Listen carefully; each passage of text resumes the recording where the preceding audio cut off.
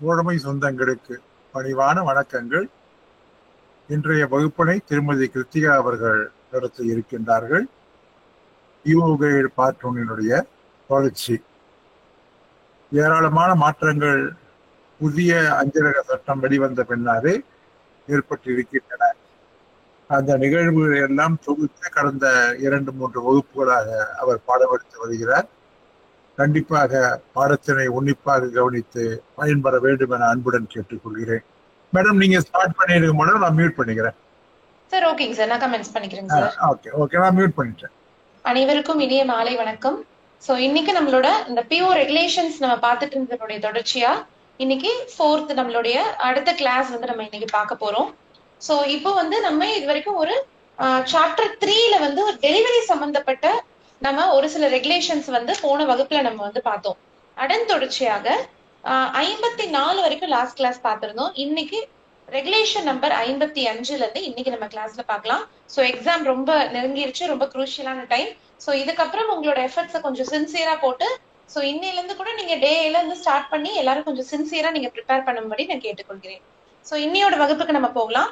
அதனால இன்னைக்கு நம்ம பார்க்க போறது regulation number 55, redirection of articles. இதை பத்தி நம்ம பார்க்க போறோம். சோ நமக்கு இதுல கொஞ்சம் ஒரு சில மாற்றங்கள் நமக்கு கண்டிப்பா இருக்கு. சோ ஒரு தபால் அனுப்பும் பொழுது ஒரு சென்டர் அப்படிங்கிறவரு இந்த ரீடைரக்ஷன் அல்லது ரீகால் அப்படிங்கிற வசதியை அவரால் பெற்றுக்கொள்ள முடியும். அது எப்படி, அதற்கான கட்டணம் என்ன அப்படின்றத பத்தி சொல்லக்கூடியதான் இந்த ரெகுலேஷன்ஸ்.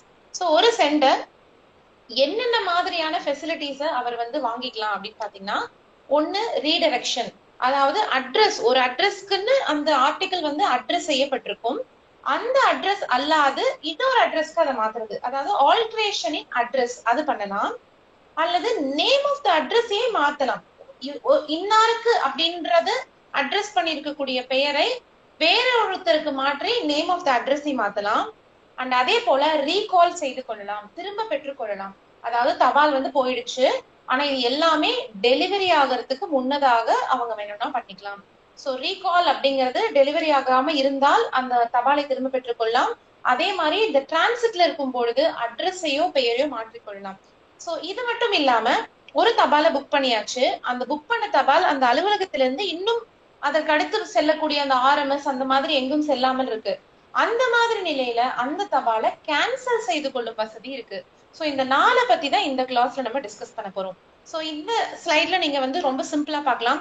ஒரு அட்ரஸி இந்த ஃபாலோயிங் ஃபெசிலிட்டிஸ் எல்லாமே வாங்கிக்கலாம் அப்படின்னு சொல்றோம். சோ முதல்ல நான் சொன்ன மாதிரி ரீகால், திரும்ப பெற்றுக்கொள்ளுவது. அதே மாதிரி அட்ரஸ்லயும் அட்ரஸினுடைய பெயர்லயும் ஆல்ட்ரேஷன் ஏதாவது இருந்தால் அதை செய்து கொள்வது. சோ இதுதான் இதை பத்தி பார்க்க போறோம். ஒரு நிமிஷம்.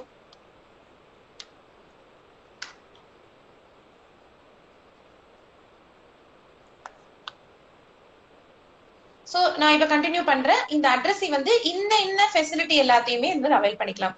சோ அட்ரஸி பொறுத்த வரைக்கும் இந்த அட்ரஸ உங்களுக்கு வந்து ஆல்டர் அட்ரஸ் வந்து ஃப்ரீ ஆஃப் சார்ஜ், அதாவது இதுக்கு என்று ஏதாவது கட்டணம் இருக்கிறதா அப்படின்னு கேட்டீங்கன்னா இருக்கு. சோ என்ன அப்படின்னு ஸ்லைடு தெரியலையா மேடம்? ஒரு தடவை நீங்க திரும்பவும் ஜாயின் பண்ணி பாருங்க மேடம். மகேஷ் மேம், மத்தவங்களுக்கு ஆடிபிளா விசிபிளா இருக்கா? இருக்கு மேம், விசிபிளா இருக்கு, விசிபிளா இருக்கு. ஓகே. சோ இந்த மாதிரி ரீகால் பண்றதுக்கோ அல்லது ரீடைரக்ட் பண்றதுக்கான ஃபீஸ் என்ன, கட்டணம் என்ன அப்படின்றத இந்த பிஓ ரெகுலேஷன்ல பிரிஸ்கிரைப் பண்ணிருக்காங்க அப்படின்னா ₹6 per item. இதுதான் ஒரு முக்கியமான சேஞ்ச். இதுக்கு முன்னாடி பிஓ கைட்ல பார்த்த வரைக்கும் என்ன பண்ணுவோம், ரீடைரக்ஷனுக்கு ஃப்ரீ, ரீகால் பண்ணுவதற்கு மட்டும்தான் ஒரு தபாலுக்கு ₹6 என்று பார்த்தோம். அதே மாதிரி பார்சலுக்கு ரீடைரக்ஷன் ஃபீயை பொறுத்த வரைக்கும் போஸ்டேஜ்ல பாதி, ஹாஃப் ஆஃப் த போஸ்டேஜ் அப்படின்னு பார்த்தோம். பட் இந்த பிஓ ரெகுலேஷன்ல இருந்து ஒரு தபாலை ரீகால் செய்வதற்கோ அல்லது அட்ரஸ்லயோ பேர்லயோ மாற்றம் செய்வதற்கான கட்டணமாக விதிக்கப்பட்டிருக்கிறது ₹6. ஒரு ஆர்டிகிளுக்கு ₹6. சோ இது ரொம்ப முக்கியமான ஒரு மாற்றம். இதை நீங்க மனசுல வச்சுக்க வேண்டிய ஒரு இம்பார்ட்டன்டான ஒரு பாயிண்ட், இது ஞாபகம் வச்சுக்கோங்க. ஆனா இந்த அட்ரஸை வந்து இந்த அட்ரஸ் சேஞ்ச் பண்றது வந்து ஃப்ரீயா பண்ணிக்கலாம். எப்போ அப்படின்னா, ஒரே டெலிவரி ஏரியாக்குள்ள அவங்க அந்த அட்ரஸ் ரீடைரக்ஷன் அப்படிங்கறது பண்றாங்க, ஒரே பின்கோடுக்குள்ள, ஒரே டெலிவரி போஸ்ட் ஆபீஸ் ஒரே அதுக்குள்ள பண்றாங்க அப்படின்னா அப்ப மட்டும் உங்க ஃப்ரீ ஆஃப் சார்ஜ் பண்ணிக்கலாம். வேற எங்க அட்ரஸ மாத்தணும், பேரை மாத்தணும், ஒரு தபால ரீகால் செய்யணும்னாலும் அதற்கான கட்டணம் ₹6. ஓகேங்களா? சோ இது ஒரு முக்கியமான விஷயம், ஞாபகம் வச்சுக்கோங்க. சோ இப்ப என்ன சொல்றாங்க அப்படின்னா, ஒரு சென்டர், அந்த தபால் அனுப்பினவங்களோ அல்லது அவரோட ஆத்தரைஸ்ட் ரெப்ரசன்டேட்டிவ் அல்ல அவர் அங்கீகரித்த ஒரு நபரோ அவர் வந்து என்ன பண்ணலாம் அப்படின்னா, நான் சொல்லிட்டேன் ரீகால் செய்து கொள்ளலாம் அப்படின்னு சொன்னேன். ரீகால் அப்படிங்கிறது டெலிவரி பண்றதுக்கு முன்னாடி எந்த ஸ்டேஜ்ல வேணாலும் ஒரு தபாலை வந்து திரும்ப வாங்கி கொள்ளும் வசதி தான் ரீகால். ஆனா நான் முன்னாடியே சொன்ன மாதிரி ஒரு தபால் வந்து அந்த அலுவலகத்தை விட்டு இன்னும் போகல, அப்போ கேன்சல் பண்ணிக்கக்கூடிய ஒரு ஆப்ஷன் இருக்குன்னு சொன்னேன். அந்த கேன்சல் எப்படி பண்ணலாம் அப்படின்றதுக்கான ப்ரொசீஜர் தான் இப்ப நீங்க இந்த ஸ்லைட்ல பாக்குறீங்க. சோ நான் சொன்ன மாதிரி சென்டரோ அந்த ரெப்ரசன்டேட்டிவோ இந்த கேன்சலேஷனுக்காக ஒரு எழுத்துப்பூர்வமான ஒரு ரெக்வஸ்ட், ஒரு விண்ணப்பம் அப்படிங்கறது அந்த புக் பண்ண போஸ்ட் ஆபீஸ்ல கொடுக்கணும். இதனுடன் அவரு புக் பண்ண ஒரிஜினல் ரசீது, புக் பண்ண டீடைல்ஸ், என்ன காரணத்துக்காக கேன்சலேஷன் அவர் பண்றாருன்னு. சோ என்ன ரீசனுக்காக வேணா கேன்சலேஷன் நம்ம அனுமதிக்கலாம், பட் ஆனா என்ன ரீசன் அப்படிங்கறத அவரை மென்ஷன் பண்ணி கொடுக்கணும். இப்ப இந்த சென்டர் இது மட்டும் இல்லாம அவருடைய ஐடென்டிபிகேஷன், ஆதார் அல்லது பான் கார்டு இதெல்லாம் வச்சு அவர் தன்னை வந்து சென்டர் அவர் தான் அப்படின்றத அவர் வந்து ஐடென்டிஃபை பண்ணிக்கணும். இப்ப நம்ம போஸ்டல் ஸ்டாஃப் இதெல்லாம் பார்த்துட்டு அந்த ஆர்டிகல் இன்னுமே நம்ம கையை விட்டு போகாத பட்சத்துல, டிஸ்பேச் ஆகாத பட்சத்துல அந்த கேன்சலேஷன் ரெக்வஸ்ட் ப்ராசஸ் பண்ணி தரவா இந்த இந்த அவங்க கொடுத்த விண்ணப்பத்தை எல்லாம் ஃபைல் பண்ணிட்டு ப்ராப்பர் ஐடென்டிட்டியோட ப்ராப்பரா ஒரு அக்னாலஜ்மெண்ட் எல்லாம் வாங்கி கொண்டு அதுக்கப்புறம் கேன்சல் பண்ண ஆர்டிகலை கொடுக்கலாம் அப்படின்றாங்க. So very simple. இந்த ரெகுலேஷன் நம்பர் 55ல முக்கியமான விஷயம் ஞாபகம் வச்சுக்கோங்க. ரீகால் தபாலை திரும்ப பெறலாம், நேம் அட்ரஸ்ல மாற்றம் ஏற்படுத்தலாம், டிஸ்பேச் ஆகாத பட்சத்துல கேன்சலும் பண்ணலாம். ஒரே டெலிவரி ஏரியாக்குள்ள ரீடைரக்ஷன் பண்றீங்கன்னா அதுக்கு எந்த கட்டணமும் கிடையாது. மத்தபடி ரீகால் செய்வதற்கோ இல்லது பெயர் மற்றும் அட்ரஸ்ல மாற்றம் செய்வதற்கோ உங்களுக்கு அதற்கான கட்டணம் ரூபாய் 6 ஞாபகம் வச்சுக்கோங்க. அண்ட் கேன்சல் பண்றதுக்கான ப்ரொசீஜர் என்ன அப்படின்றத சிம்பிளா நம்ம பார்த்துட்டோம். சோ இவ்வளவுதான் உங்களுக்கு ரெகுலேஷன் நம்பர் 55ல டிஸ்கஸ் பண்ணிருக்காங்க. அடுத்து இப்ப நம்ம பார்க்க போறது ரெகுலேஷன் நம்பர் 56. இதுல என்ன சொல்றாங்கன்னா, request to avail certain facilities. So இந்த மாதிரி நான் ஏற்கனவே சொன்ன மாதிரி இந்த உங்களுக்கு வந்து நான் சொன்னேன் இல்லையா ரீகால் பண்ணிக்கலாம் எல்லாமே பண்ணிக்கலாம்னு சொல்லிட்டு.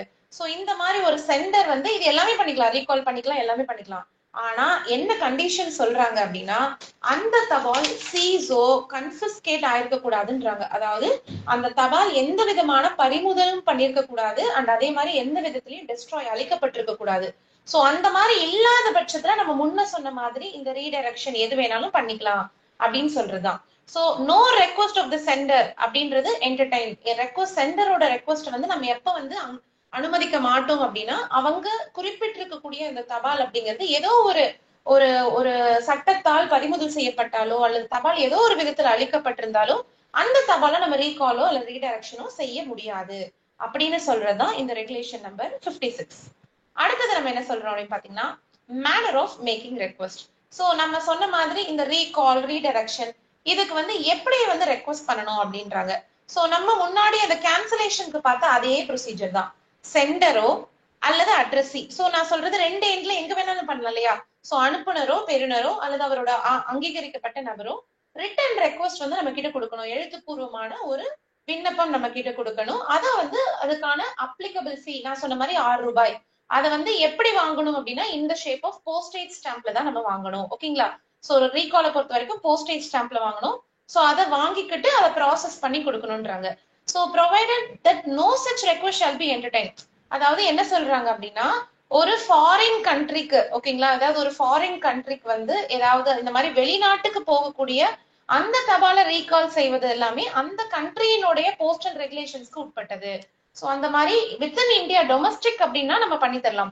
சோ அது வந்து ஃபாரின் கண்ட்ரிக்கு அட்ரஸ் பண்ணிருக்கும் பொழுது அந்த ஃபாரின் கண்ட்ரியினுடைய போஸ்டல் ரெகுலேஷன்ஸ்க்கு உட்பட்டு அதை வந்து ப்ராசஸ் செய்து தரப்படும் அப்படின்னு சொல்றதுதான் ரெகுலேஷன் நம்பர் 57. இது அதை தாண்டி வேற எதுவும் இம்பார்ட்டன்ட் இல்ல. இதுவே இன்வர்டு அவுட்வர்ட்னு நான் சொன்னேன் அவங்களுடைய அந்த அட்மினிஸ்ட்ரேட்டிவ் இது பொறுத்துதான் அப்படின்னு.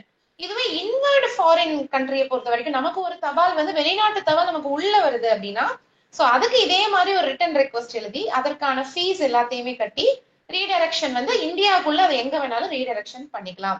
சோ இன்டர்நேஷனல் இந்த மாதிரி உள்ள வரக்கூடிய இன்டர்நேஷனல் தபால் ரீடைரக்ட் பண்றதுக்கு என்ன ஃபீஸ் அப்படின்னு பாத்தீங்கன்னா, டொமஸ்டிக் பார்த்தா அதே 6 ரூபாய் தான். சோ வெளியில போறதுக்கு அந்தந்த கண்ட்ரியினுடைய ரூல்ஸ் பார்த்துட்டோம். உள்ள வரத இந்தியாக்குள்ள எங்க வேணாலும் ரீடைரக்ட் பண்ணிக்கலாம், அதே 6 ரூபாய் செலுத்தி பண்ணிக்கலாம் அப்படின்னு சொல்றதுதான் இந்த ரெகுலேஷன் நம்பர் 57. சோ எந்த மாதிரி ரெக்வஸ்ட் பண்ணணும் அப்படின்றத சிம்பிளா சொல்றதுதான் ரெகுலேஷன் நம்பர் 57. அடுத்து நம்ம பாக்குறது போஸ்ட் ஆஃபீஸ் ரெகுலேஷன் நம்பர் 58, அதாவது post office not liable for நான் ஃபுல்ஃபில்மெண்ட் ஆஃப் ரெக்வஸ்ட் அப்படின்னு சொல்றாரு. அதாவது இந்த மாதிரி ஒரு ரீகால்க்கோ ரீடைரக்ஷனுக்கோ ஏதோ ஒரு விண்ணப்பம் கொடுக்கும் பட்சத்துல அதை நம்மளால நிறைவேற்ற முடியல அப்படின்ற பட்சத்துல அதற்கு அஞ்சல் நிர்வாகம் எவ்வகையிலும் பொறுப்பேற்காது அப்படின்றத சொல்றதுதான் இது. அதாவது இந்த மாதிரி கண்டிஷன்ஸ்க்கு ஏதோ ஒரு காரணத்தினால அந்த அப்ளிகேஷனை நம்மளால அதை நிவர்த்தி பண்ண முடியல அப்படின்னா அதற்கு போஸ்ட் ஆபீஸ் எந்த விதமும் பொறுப்பேற்காது அப்படின்னு சொல்றது. சோ அதே மாதிரி அந்த மாதிரி சமயத்துல அவங்க கொடுக்கக்கூடிய அந்த விண்ணப்பத்தை நம்மளால ப்ராசஸ் பண்ண முடியல அப்படின்னா அவங்க அதற்கான ஏதாவது ஃபீஸ் கட்டியிருந்தாங்கன்னா அந்த ஃபீஸை வந்து அவங்களுக்கே திரும்ப ரீஃபண்ட் பண்ணிடலாம், திரும்ப கொடுத்து விடலாம் அப்படின்னு இதுல சொல்றாங்க. அவ்வளவுதான், நத்திங் பட் நம்ம எந்த விதத்திலையும் பொறுப்பேற்க முடியாது. ஒருவேளை ப்ராசஸ் பண்ண முடியாத சூழ்நிலை இருந்தால் அந்த சமயத்துல அவங்க அதுக்கான ஃபீஸ் எதுவும் கட்டியிருந்தால் அந்த ஃபீஸ் என்பது மட்டும் அவர்களுக்கு திருப்பி கொடுத்து விடலாம் அப்படின்னு சொல்றதுதான் இந்த ரெகுலேஷன் நம்பர் 58. அடுத்து பார்க்கலாம் regulation number 59, postage payable on delivery.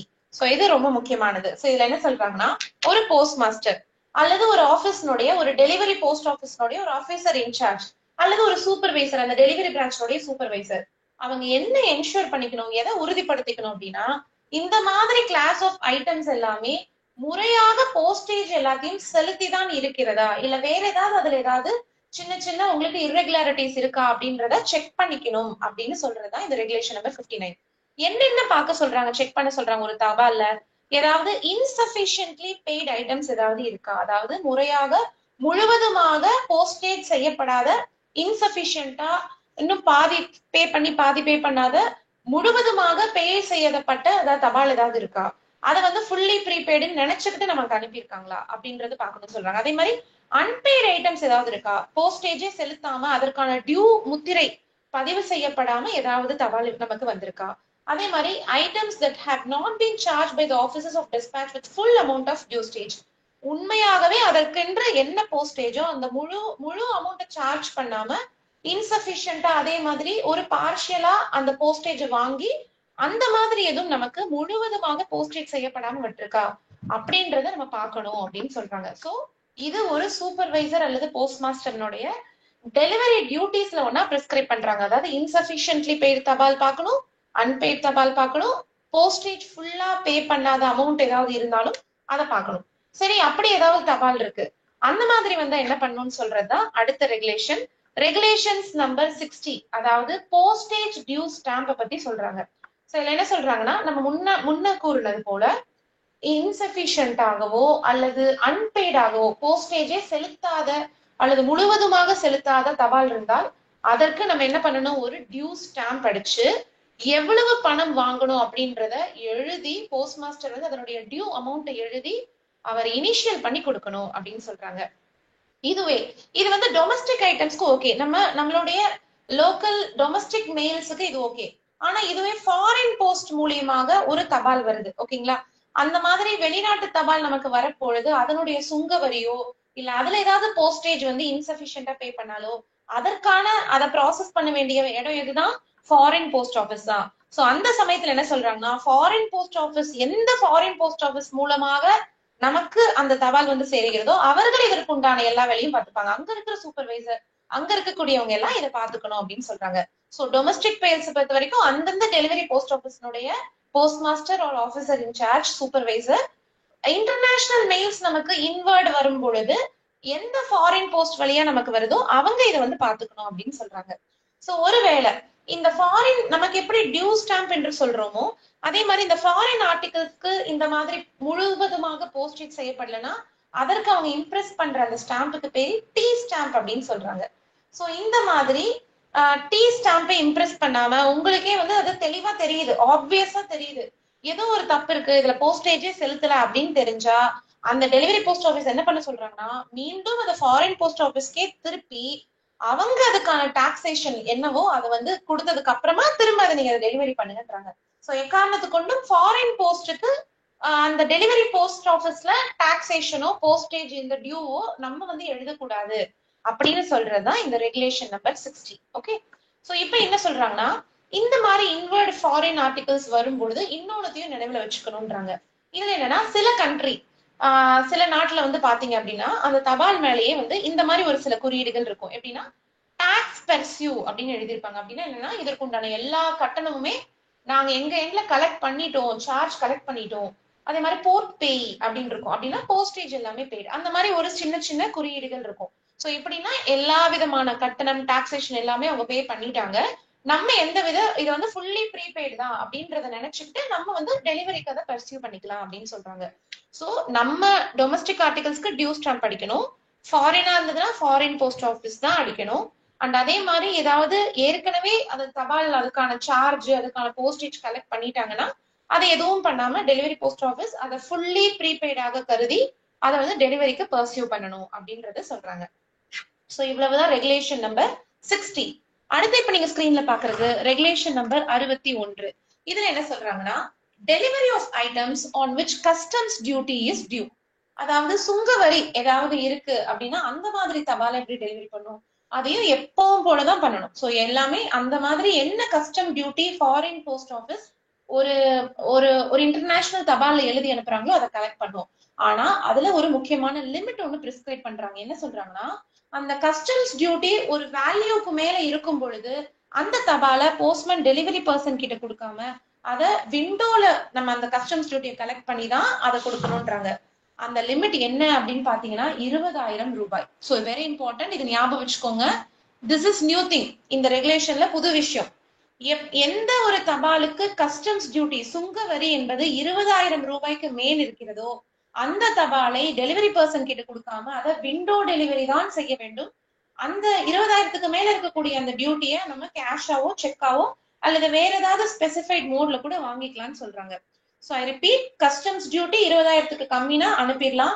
ஆனா 20,000க்கு மேல இருக்கும் பட்சத்துல கண்டிப்பா அதை விண்டோ டெலிவரி கேஷாவோ செக்காவோ வாங்கிட்டு தான் விண்டோ டெலிவரி தான் கொடுக்கணும். திஸ் இஸ் வெரி இம்பார்ட்டன்ட், ஞாபகம் வச்சுக்கோங்க. சோ இது ஒரு முக்கியமான இன்னொரு மாற்றம். அடுத்து நம்ம கிளாஸ் நம்பர் 62ல பாக்குறது ரெஃப்யூசல் ஆஃப் ஐட்டம்ஸ். அதாவது தபாலை மறுக்கும் உரிமை ஒரு ஒரு அட்ரஸிக்கு எப்படி இருக்கு அப்படின்றத பத்தி சொல்றதா ரெஃப்யூசல்.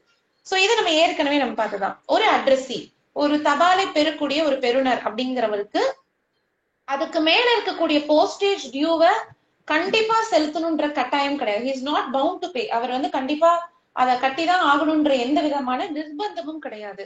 சோ அவர் வந்து அந்த மாதிரி இருக்க வேண்டாம் என்று நினைத்தால் அவர் அதை மறுக்கும் உரிமை ஒரு அட்ரஸிக்கு உண்டு அப்படின்னு சொல்றாங்க. அண்ட் அதே மாதிரி இந்த மாதிரி என்ன பண்ணுவாங்க, அன்கிளைம்டா, அதாவது அன்கிளைம்டு என்பது ஒரு தபால் பத்தின இன்டிமேஷன், அதுக்கான இன்டிமேஷனை கொடுத்தும் அந்த 7 நாளைக்குள்ள திரும்ப பெறாத அதாவது வந்து தபாலை திரும்பவும் கோராத அன்கிளைம்டு தபாலையும் மறுக்கப்பட்ட தபாலையும் நம்ம சென்டருக்கு திருப்பி அனுப்பிச்சிடலாம்னு சொல்றாங்க. ஒருவேளை சென்டரை நம்ம கண்டுபிடிக்காத பட்சத்தில் அது யாருக்கு போகும், ஆப்வியஸா நம்மளுடைய ரிட்டர்ன் லெட்டர் ஆஃபீஸ் ஆன RLOக்கு போகும். ஓகேங்களா? சோ இதே மாதிரி ஓகே நம்ம இந்த மாதிரி டியூ இருக்கக்கூடிய உள்ளூர் தபால்னா ஓகே. இன்டர்நேஷனல் ஐட்டம்ஸ் பொறுத்த வரைக்கும் அது எங்க போகும் அப்படின்னா அதை ரிட்டர்ன் பண்ணும்போது அந்த சம்பந்தப்பட்ட ஃபாரின் போஸ்ட் ஆஃபீஸ்க்கு போயிட்டு அங்க அதை மேற்கொண்டு ஃபர்தரா டிஸ்போஸ் பண்ணிடுவாங்க அப்படிதான். சோ இதுல என்ன முக்கியமான பாயிண்ட், டெலிவரி வேண்டாம், ஒரு டியூன் இல்ல எந்த விதமான தபால டெலிவரி எடுக்க வேண்டாம் என்று நினைத்தால் அது அவங்க மறுக்கிற உரிமை இருக்கு. அந்த மாதிரி மறுக்கும் தபால்களையும் அன்கிளைம்டு நம்ம கிட்ட வந்து அந்த குறிப்பிட்ட டைம்குள்ள நம்ம கிட்ட வந்து திரும்ப கேட்காத கோராத தபாலையும் சென்டருக்கு அனுப்பிடலாம். சென்டர் அட்ரஸ் தெளிவா இல்லாத பட்சத்துல அதை RLOக்கு அனுப்பிடலாம். இன்டர்நேஷனல் ஐட்டம்ஸை பொறுத்த வரைக்கும் அது அந்த சம்பந்தப்பட்ட ஃபாரின் போஸ்ட் ஆஃபீஸ்க்கு போயிட்டு அதற்கு மேற்கொண்டு அதை ஃபர்தரா டிஸ்போஸ் பண்ணிடுவாங்க. சோ இதை சொல்றதுதான் உங்களுக்கு ரெகுலேஷன் நம்பர் 62. சோ அடுத்து நம்ம பார்க்க போறது ரெகுலேஷன் நம்பர் 63. ரொம்ப சிம்பிளானது.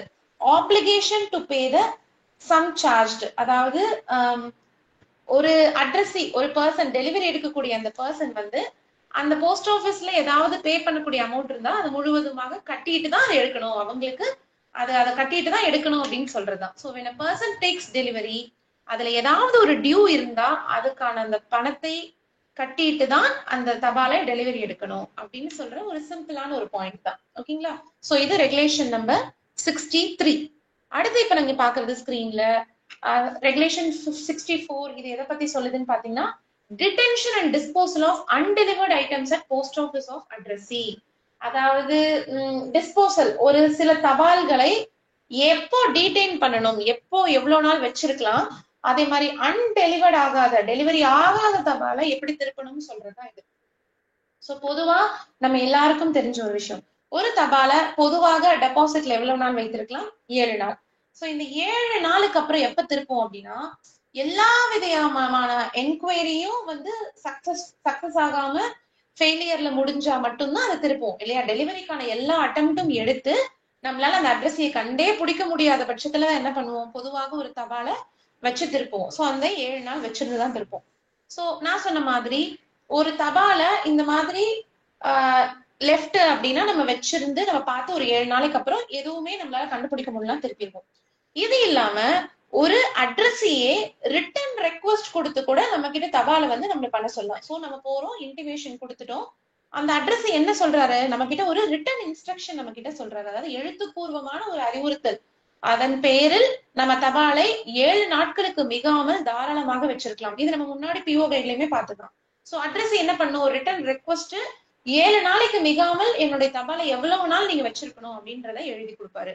சோ இந்த டெலிவரி போஸ்ட் ஆஃபீஸ் இதற்கான ஒரு ப்ராப்பர் ரெக்கார்ட் மெயின்டைன் பண்ண சொல்றாங்க. இந்த மாதிரி வரக்கூடிய ரெக்வஸ்ட் விண்ணப்பம் அது எவ்வளவு நாள் நம்ம ரீடைன் பண்றோம், கரெக்டா நம்ம 7 நாள்ல திருப்புறோமா அப்படின்றதெல்லாம் மானிட்டர் பண்ணி இந்த மாதிரி டெபாசிட்ல இருக்கக்கூடிய தபால் எல்லாம் திருப்பணும் அப்படின்றாங்க.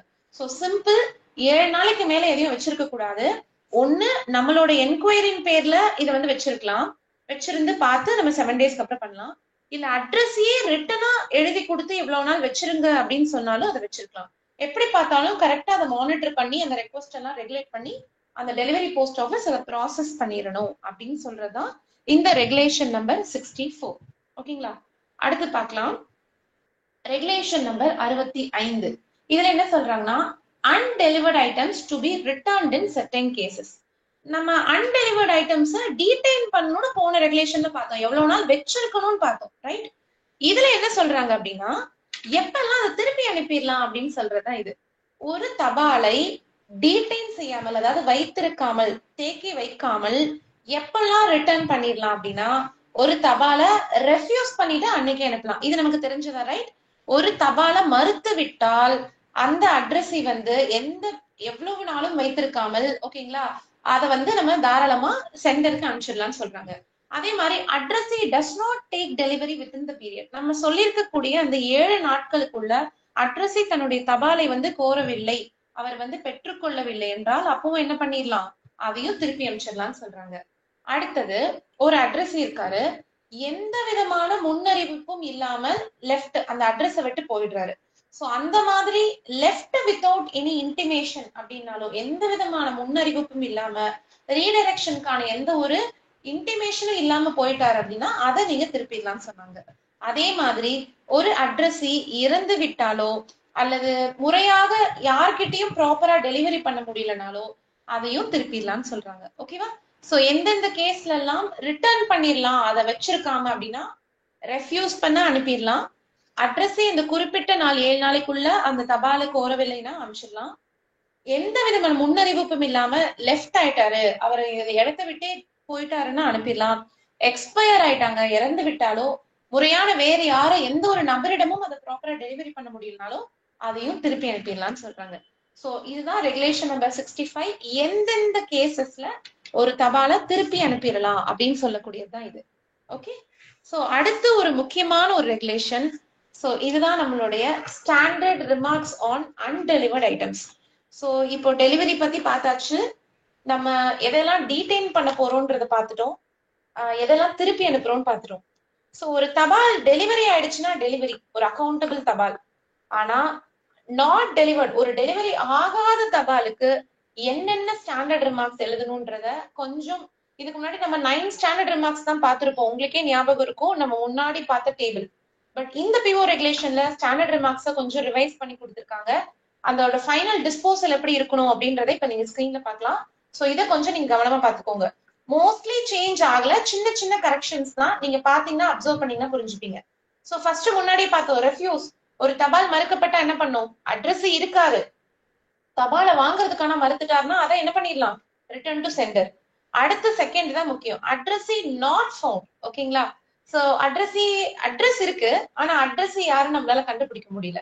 சோ அதுவும் பழசு அதே மாதிரிதான், அதை 7 நாள் வச்சிருந்து யாருமே கிளைம் பண்ணல அப்படின்னா அதை வந்து சென்டருக்கு அனுப்பிடலாம் அப்படின்றாங்க.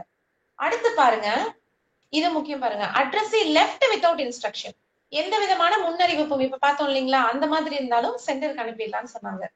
இது பாருங்க ஃபோர்த், இது கொஞ்சம் புதுசா இருக்கும். premises locked, அதாவது நம்ம டோர் லாக்ட் அப்படின்னு நம்ம இவ்வளவு நாள் சொல்லிட்டு இருந்தோம் பாத்தீங்களா, அது மாதிரி premises locked, நம்ம எங்க போய் தபால் கொடுக்கிறோமோ அந்த அந்த இடம், அந்த அந்த அந்த வீடு பூட்டப்பட்டிருந்தால் அது என்ன சொல்றாங்கன்னா, when multiple attempts are made, நிறைய முறை நீங்க போறீங்க ஆனா எப்பவுமே கன்சிஸ்டன்டா அந்த எப்பவுமே அந்த வீடு பூட்டியே இருக்கு அப்படின்னா அதை டெபாசிட் வைக்க சொல்லல, அதை இமிடியட்டா ரிட்டர்ன் டு சென்டர் தான் அனுப்ப சொல்றாங்க. ஓகே, இவ்வளவு நாள் நம்ம டோர் லாக்னா இன்டிமேஷன் சர்வ்டுன்னு தான் பார்த்திருக்கோம். பட் இந்த கேஸ் கொஞ்சம் டிஃப்ரெண்ட். நிறைய முறை முயற்சி செய்தும் அந்த வீடு எப்பொழுதுமே கன்சிஸ்டன்டா எப்பொழுதுமே தொடர்ந்து பூட்டிய நிலையிலே யாருமே இல்ல, க்ளோஸ் ஆயிருக்கு அப்படின்ற பட்சத்துல அதை வைத்திருக்க வேண்டும் என்ற அவசியம் சொல்லல, அதை ரிட்டர்ன் டு சென்டர் அனுப்ப சொல்றாங்க. அண்ட் தென் இன்சபிஷியன்ட் அட்ரஸ் அப்படின்னா அட்ரஸ் வந்து இன்கம்ப்ளீட்டா இருக்கு, உங்களுக்கு கம்ப்ளீட்டா அதை டெலிவரி பண்றதுக்கான எல்லா விவரமும் அதுல இல்லைனாலும் ரிட்டர்ன் டு சென்டர். அன்கிளைம்டு, நம்ம சொன்ன மாதிரி இன்டிமேஷன், அதற்கான அறிவிப்பு கொடுத்து அந்த 7 நாளைக்குள்ள வரலனாலும் ரிட்டர்ன் டு சென்டர். அடுத்து டிசீஸ்ட், இறந்துட்டாலும் ரிட்டர்ன் டு சென்டர். ரீடைரக்ஷன் அப்படின்னா என்ன சொல்றாங்க, ரீடைரக்ஷன் அதாவது அட்ரஸினுடைய அறிவுறுத்தலின் பேர்ல நம்ம வந்து ஏதாவது புது அட்ரஸ்க்கு மாத்த சொல்றாங்கன்னா அன்னைக்கு ரீடைரக்ஷன் பண்ணிடணும். மிஸ்சென்டாக ஏதாவது இருந்தாலும் ஐட்டம் வந்து வேற எங்கேயோ போக வேண்டியது நமக்கு மிஸ்சென்டாக மாறி வந்தா கூட அதையும் கரெக்டான இடத்துக்கு அனுப்பிடணும் அப்படின்னு சொன்னோம். அடுத்து பாருங்க, நோ சச் பர்சன், அந்த மாதிரி ஒரு நபர் எங்கேயுமே இல்ல, no such person is residing at the address mentioned on the article, அந்த குறிப்பிட்டிருந்த அந்த முகவரியில இந்த மாதிரி ஒரு நபர் யாருமே இல்லைனாலும் அதையும் ரிட்டர்ன் டு சென்டர் அனுப்ப சொல்றாங்க. அடுத்தது டேமேஜ், டேமேஜ் ஆன ஆர்டிகல் நம்ம போன கிளாஸ்ல பார்த்தோம், உங்களுக்கு ஞாபகம் இருக்கும்னு நினைக்கிறேன். டேமேஜ் ஆன ஆர்டிகல அதற்கான நோட்டீஸ கொடுத்து அந்த நோட்டீஸ் வந்து நேர்ல வர வச்சு இன்வென்டரி எடுத்து அதுக்கப்புறம் தான் நம்ம வந்து கொடுக்கணும்னு நம்ம சொல்லியிருப்போம். ஸோ அதை என்ன சொல்றாங்க, shall be dealt with the prescribed procedure. நம்ம பார்த்தோம் இல்லையா, இன்வென்டரி எடுக்கணும், அதுல என்னென்ன இருக்குன்னு பார்க்கணும், அதை சென்டருக்கு ஒரு காப்பி அனுப்பணும் அப்படின்னு சொன்னோம் இல்லையா. ஸோ இதுதான் டேமேஜ். ஓகே, டேமேஜ் ஆன ஆர்டிகிள்ல நம்ம லாஸ்ட் டைம் நம்ம என்ன இன்ஸ்ட்ரக்ஷன்ஸ் பார்த்தோமோ சோ அது அப்படியே இதுக்கு அப்ளை ஆகும்னு சொல்றாங்க. அடுத்தது பீட் சேஞ்ச், ஏதாவது ஒரு பீட்டுக்கு மாத்தி இன்வாய்ஸ் பண்ணிட்டாங்கன்னா அது பீட் சேஞ்ச் கொடுத்துடலாம். அடுத்தது போஸ்ட் ரிஸ்டான்டே, நம்ம பார்த்தோம் இல்லையா. சோ அதாவது இந்த மாதிரி டிராவல், யூஸ்வலா டிராவல்ல பண்ணிட்டே இருப்பாங்க அப்படின்றவங்க இந்த போஸ்ட் ரிஸ்டான்ட் அப்படிங்கிற இந்த ஃபெசிலிட்டியை பயன்படுத்திப்பாங்க. அப்படின்னா என்னன்னா, கேர் ஆஃப் போஸ்ட் மாஸ்டர் அப்படின்ற மாதிரி இதை போட்டு அனுப்பினா அந்த தபால போஸ்ட் மாஸ்டர் 15 நாள் கஸ்டடியில வச்சிருந்து அதற்கப்புறம் யாரும் கிளைம் பண்ணலாம், ரிட்டர்ன் டு சென்டர் அனுப்பிடலான்றாங்க. சோ அந்த மாதிரி போஸ்ட் ரிஸ்டான்ட் அப்படின்ற இது எழுதிக்கலாம். அண்ட் அதர்ஸ்னு ஒரு ரிமார்க் இருக்கு. சோ இதுல எதுவுமே கவர் ஆகாதத அதர்ஸ்ன்ற மாதிரி மார்க் பண்ணி அதுக்கு உண்டான சூட்டபிள் ஆக்ஷன் எடுக்கணும்னு சொல்றாங்க. சோ திஸ் டைம் நம்ம ஒரு 14 ரிமார்க் வந்து இந்த பிஓ ரெகுலேஷன் படி பார்க்கலாம். இதுல நான் குறிப்பிடத்தக்க ஒரு மாற்றமா நான் பார்த்தது இந்த பிரமிசஸ் லாக் தான். சோ தொடர்ந்து ஒரு வீடோட கதவு பூட்டியே இருந்தால் அதை வந்து டெபாசிட்ல வைக்க சொல்லல, 7 நாள் வச்சிருக்க சொல்ல அதை இமிடியேட்டா ரிட்டர்ன் டு சென்டர் தான் அனுப்ப சொல்றாங்க. Okay right. சோ இந்த மாதிரியாக டேமேஜ், பீட் சேஞ்ச், போஸ்ட் ரிஸ்டாண்ட் அந்த மாதிரியான ரிமார்க்ஸ் எல்லாம் கூட இந்த ரெகுலேஷன்ல வந்திருக்கு. சோ இந்த 2 டேபிள் நீங்க பாத்துக்கோங்க. இதுல ஏதாவது உங்களுக்கு குறிப்பிடத்தக்க சேஞ்சஸ் ஏதாவது இருந்ததுனாலும் அதை நீங்க மனசுல வச்சுக்கோங்க. ஓகே. சோ நவ ஸ்டாண்டர்ட் ரிமார்க்ஸ் 9 கிடையாது, இனி 14. Okay right. சோ இதெல்லாம் ஒரு டெலிவரி ஆகாத தபால்ல தெளிவா இந்த ரிமார்க் எல்லாம் எழுதி சைன் பண்ணி பண்ணணும் அப்படின்னு சொல்றாங்க. Okay fine. அடுத்த ரெகுலேஷன் நம்ம மூவ் ஆன் ஆகலாம். Regulation number 67. இதுல என்ன சொல்றாங்கன்னா, detention and disposal of undelivered items at RLO. So நம்ம போஸ்ட் ஆபீஸ்ல 7 நாள் ஆனா திருப்பணும், இது எல்லாமே ஓகே. ஒரு தபால் டெலிவரி பண்ண முடியல, அட்ரஸிக்கும் பண்ண முடியல, சென்டருக்கும் பண்ண முடியல, அது கட்டாயமா எங்க பண்ண போறோம், RLOக்கு அனுப்ப போறோம். இந்த RLOல எத்தனை நாள் வச்சிருந்து டிடெயின் பண்ணலாம் அப்படின்னா, 15 days அன்அக்கௌண்டபிள், அதாவது அக்கௌண்டபிள் இல்லாத ஆர்டிகல்ஸ் பாத்தீங்க அப்படின்னா 15 நாள் வச்சுட்டே திருப்பிடலாம் அப்படின்றாங்க. அக்கௌண்டபிள் ஆர்டிகல்ஸ் இருந்ததுனால் 30 நாள் வச்சிருந்து திருப்பிடலாம் அப்படின்னு சொல்றாங்க. ஸோ ப்ளீஸ் நோட், அன்அக்கௌண்டபிளாக சாதாரண தபாலா இருந்தா 15 நாள்லயே இதை டிஸ்போஸ் பண்ணிடலாம். 30 நாட்களாக, அதாவது அக்கௌண்டபிள் ஆர்டிகல்ஸ் ரெஜிஸ்டர் ஃபீஸ் இந்த மாதிரி இருந்தா அதை என்ன சொல்றாங்க, ஒரு மாதம், அதாவது 30 நாள்ல அதை டிஸ்போஸ் பண்ணிடலாம் அப்படின்னு சொல்றாங்க. சோ இத பத்தி சொல்றதா ரெகுலேஷன் 67. இதுல நீங்க என்ன ஞாபகம் வச்சுக்கணும், ஒரு நிமிஷம் யாரோ மைக் ஆன் பண்ணிருக்கீங்க, ஒரு நிமிஷம் ஆஃப் பண்ணுங்க.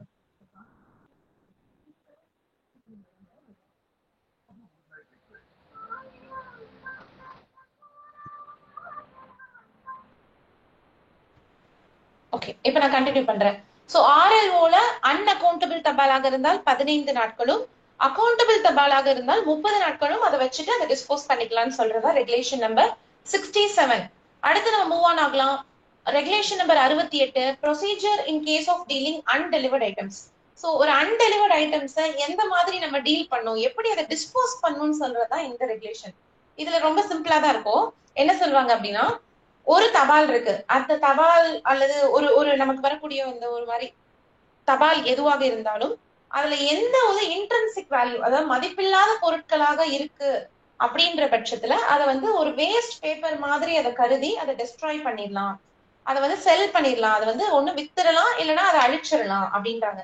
சோ கையில எழுதின பேப்பர்ஸ், அதுல எந்த விதமான ஒரு மதிப்பும் இல்லாத ஒரு தபாலாக இருக்கும் பட்சத்துல அதை என்ன பண்ணிடலாம், நம்ம டிஸ்போஸ் பண்ணிட்டு அதை செல் ஒன்னா வித்துடணும், இல்லைன்னா அதை வேஸ்ட் பேப்பர் மாதிரி வித்துடணும், இல்ல அதை அழிச்சிடணும்ன்றாங்க. சோ மேகசின்ஸ், உங்களுக்கு வந்து நாளிதழ்கள், நியூஸ் பேப்பர்ஸ், நாளிதழ்கள், மேகசின்ஸ், உங்களுக்கு இந்த மாதிரி மேகசின்ஸ் இருக்குது, பீரியோடிக்கல்ஸ், இது மாதிரி இருக்கக்கூடிய வார இதழ், மாத இதழ், இந்த மாதிரி இருக்கக்கூடிய மேகசின்ஸ் எல்லாமே அந்தந்த ரீஜனல் ஹெட் வந்து பார்த்து ஏதாவது பொது நோக்கத்துக்காக அதை பயன்படுத்த முடிஞ்சால் பண்ணலாம் அப்படின்றாங்க. சோ இதான் மேகசின், பீரியாடிக்கல்ஸ் மாதிரி இருக்கு, அது வேஸ்ட் நம்மளால சொல்ல முடியாது, அது ஏதாவது ஒரு பொது நோக்கத்துக்காக பயன்படுத்தலாம் அப்படின்னா அதை வந்து யூஸ் பண்ணிக்கலாம், அது ரீஜனல் ஹெட் பார்த்து முடிவு பண்ணிக்கலாம் அப்படின்றாங்க. இதுவே மதிப்புள்ள ஒரு பொருளா இருக்கு, அதுல வந்து ஏதாவது ஒரு வேல்யூபிளான ஒரு விஷயங்கள் இருக்கு அந்த தபால்ல அப்படிங்கிற பட்சத்துல அதை ஆக்ஷன், அதாவது ஏலம் மூலமாக தான், ஏலம் விட்டு அந்த மாதிரி உங்களுக்கு வந்து ஆக்ஷன்ல தான் என்ன பண்ணுன்றாங்க, அந்த தபாலை வந்து நம்ம டிஸ்போஸ் பண்ணணும்ன்றாங்க. சோ இந்த மாதிரி அன்டெலிவர் ஆர்டிகிள்ஸ் வந்து எப்படி டிஸ்போஸ் பண்ணணும் அப்படின்னு சொல்றதுதான் இந்த ரெகுலேஷன். இதுல வேற ஒண்ணும் உங்களுக்கு இம்பார்ட்டன்டா உங்களுக்கு ஒண்ணும் இருக்காது. சோ மதிப்பில்லாத பொருள்னா அப்படியே டிஸ்போஸ் பண்ணிடலாம், மதிப்புள்ள பொருட்கள்னா ஏலம் பண்ணணும், ஆக்ஷன் தான். மேகசின்ஸ் அந்த மாதிரி இருந்ததுன்னா ரீஜனல் ஹெட் பார்த்து அதை ஏதாவது பப்ளிக் பர்பஸ்க்கு யூஸ் பண்றதுனா பண்ணிக்கலாம் அப்படின்றாங்க. அதே மாதிரி போஸ்ட் கார்டு, லெட்டர் கார்டு அப்படின்லாம் இருக்கு பாத்தீங்களா, அதையும் டெஸ்ட்ராய் பண்ணிடலான்றாங்க, அதுல ஒண்ணும் பெருசா இருக்காது. சோ இந்த மாதிரி சர்க்கிள் ஹெட்டோ ரீஜனல் ஹெட்டோ பார்த்து இதை வந்து RLOல நம்ம சொன்னோம் இல்லையா 15 நாள் 30 நாள் அந்த பீரியடுக்கு அப்புறமா இந்த மாதிரி தபாலை இதெல்லாம் மனசுல வச்சு சர்க்கிள் ஹெட் அல்லது ரீஜனல் ஹெட் இவங்க வந்து இந்த RLOல இருக்கக்கூடிய எல்லா தபால்களையும் டிஸ்போஸ் பண்ணிக்கலாம் அப்படின்னு சொல்றதா இந்த regulation number 68. Okay, so procedure in case of dealing undelivered items, undelivered தபாலை நம்ம எப்படி டிஸ்போஸ் பண்ணலாம்னு சொல்றதா இந்த ரெகுலேஷன் நம்பர் 68. ஓகே, ஒரு நிமிஷம்.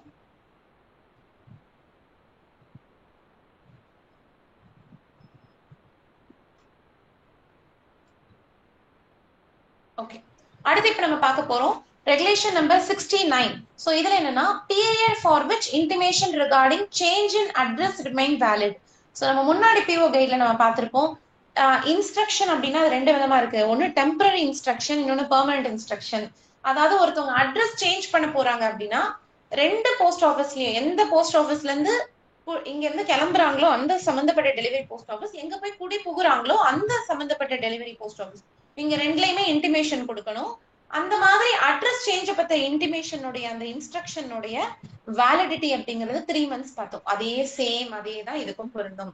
சோ இந்த மாதிரி ஒரு அட்ரஸ் சேஞ்ச் பொறுத்த வரைக்கும் அது அவங்க அதுக்காக கொடுக்கக்கூடிய அந்த இன்டிமேஷன், ஒரு முன் அறிவிப்பு, அதை பத்தின அறிவிப்பு கொடுக்கறதுக்கான அதனுடைய வேலிடிட்டி, அதனுடைய கால அவகாசம் எவ்வளவுன்னு பாத்தீங்கன்னா அது எவ்வளவு நாள் செல்லும் அப்படின்னா 3 மாதங்களுக்கு அது செல்லும். வேணும்னா அது மறுபடியும் அவங்க ரினியூ பண்ணிக்கலாம். ஆனாலும் நம்ம என்ன சொல்லியிருக்கோம், ரீடைரக்ஷனுக்கு நமக்கு அமௌண்ட் இருக்குன்னு சொல்லியிருக்கோம். சோ நம்ம அந்த முன்னாடி பார்த்தோம் இல்லைங்களா ரீகால் ஆர்டிகல்ஸ் அதெல்லாம், சோ அங்க இருக்கக்கூடிய அந்த ப்ரொவிஷன்ஸ், அந்த ஃபீஸ் எல்லாமே இதுக்கு பொருந்தும். சோ என்னதான் அவங்க இன்ஸ்ட்ரக்ஷன் கொடுத்தாலும், so recall or redirection of articles delivery ஏரியாவை தாண்டி இன்னொரு இடத்துக்கு போகும் பொழுது அதுக்கு 6 ரூபாய் அப்படின்றது கட்டணமாக நிர்ணயிக்கப்பட்டிருக்கு. Okay fine. அடுத்தது நம்ம பார்க்க போறது ரெகுலேஷன் நம்பர் 70. அதாவது என்ன சொல்றாங்க அப்படின்னா, officers or officials authorised to make an official mark. அதாவது என்ன சொல்றாங்கன்னா, அதிகாரப்பூர்வமான குறியீடு ஒரு தபால்ல இந்த மாதிரி அபிஷியலான ஒரு மார்க், அதாவது நான் சொல்றது போஸ்டேஜ் டியூ இவ்வளவுன்னு சொல்றதோ, ரிமார்க்ஸ் எழுதுறதோ, இந்த மாதிரி ஒரு இந்த தபால் சம்பந்தப்பட்ட குறி யாரெல்லாம் பண்ணலாம், குறிப்பு யாரெல்லாம் எழுதலாம் அப்படின்றது சொல்றதுதான் இது. ஒண்ணு அந்த போஸ்ட் மாஸ்டர் எழுதலாம் இல்லையா, அந்த சம்பந்தப்பட்ட டெலிவரி போஸ்ட் ஆபீஸ்னுடைய போஸ்ட் மாஸ்டர் நமக்கு எழுதலாம். ஓகே, அடுத்தது அந்த கன்சர்ன் சூப்பர்வைசர் நமக்கு எழுதலான்றாங்க. ஓகேவா? அந்த கன்சர்ன் டெலிவரி பிரான்ச்னுடைய சூப்பர்வைசர் அல்லது போஸ்ட்மேன் அல்லது ஆத்தரைஸ்டு டெலிவரி பர்சன் பண்ணலான்றாங்க. அதாவது அந்த சம்பந்தப்பட்ட போஸ்ட்மேன் அல்லது அவருடைய ஆத்தரைஸ்டு பர்சன் எழுதலான்றாங்க. பிஓவா இருக்கும் பட்சத்துல அந்த பிபிஎம்ஓ அல்லது அந்த ஏபிபிஎம் இருப்பாங்க இல்லையா, அந்த தபால டெலிவரி பண்ணக்கூடிய ஏபிபிஎம், இவங்க வந்து பண்ணலாம் அப்படின்றதுதான் இந்த ரெகுலேஷன். ஓகேவா? So in case of PO, branch post master and அந்த டெலிவரி பார்க்கக்கூடிய அந்த ஜிடிஎஸ் வந்து இவங்க 2 பேரும் பண்ணலாம் அப்படின்னு சொல்றாங்க. ஓகேவா? சோ இதான் 70. நத்திங் பட் யார் யாரெல்லாம் அபிஷியல் மார்க் குறிப்பு எழுதலாம் அப்படின்னா போஸ்ட் மாஸ்டர், சூப்பர்வைசர், போஸ்ட்மேன், அதே மாதிரி பிஓ பொறுத்த வரைக்கும் பிரான்ச் போஸ்ட் மாஸ்டர், டெலிவரி பண்ணக்கூடிய அந்த ஜிடிஎஸ், இவங்க எல்லாம் பண்ணலாம் அப்படின்னு சொல்றதா ரெகுலேஷன் நம்பர் 70. சோ இதுல என்ன சொல்றாங்கன்னா என்னென்ன மாதிரி அபிஷியல் மார்க் எழுதணும் அப்படின்றத இதுல இன்னும் டீடைலா சொல்றாங்க. சோ இதுல என்னன்னா போஸ்டேஜ் ஏதாவது டியூ இருந்ததுன்னா அதை தெளிவா எழுதணும்ன்றாங்க. அதாவது ஏதாவது போஸ்டேஜ் இந்த தபால்ல டியூ ஏதாவது இருக்கு அப்படின்னா அதை தெளிவா நம்ம எழுதணும் அப்படின்றாங்க. அதே போல items denoting that, one second,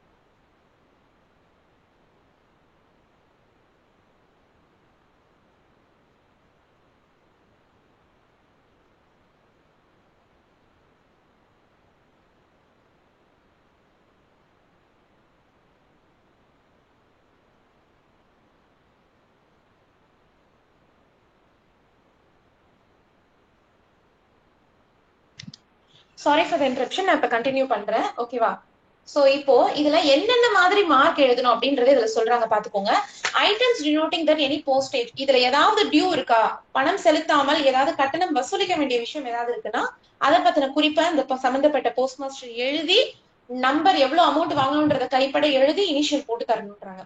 இதே மாதிரி ஒரு தபால் மறுக்கப்பட்டாலோ, ரெஃப்யூஸ் பண்ணாலோ, ரிஜெக்ட் பண்ணாலோ, இல்ல அன்கிளைம்டு எதுவுமே கிளைம் பண்ணாம விட்டாலோ, வேற எந்த ரீசன்னாலும் இந்த தபால் திரும்ப போறன்ற பத்தின குறிப்பா அந்த தபால் எழுதணும்ன்றாங்க.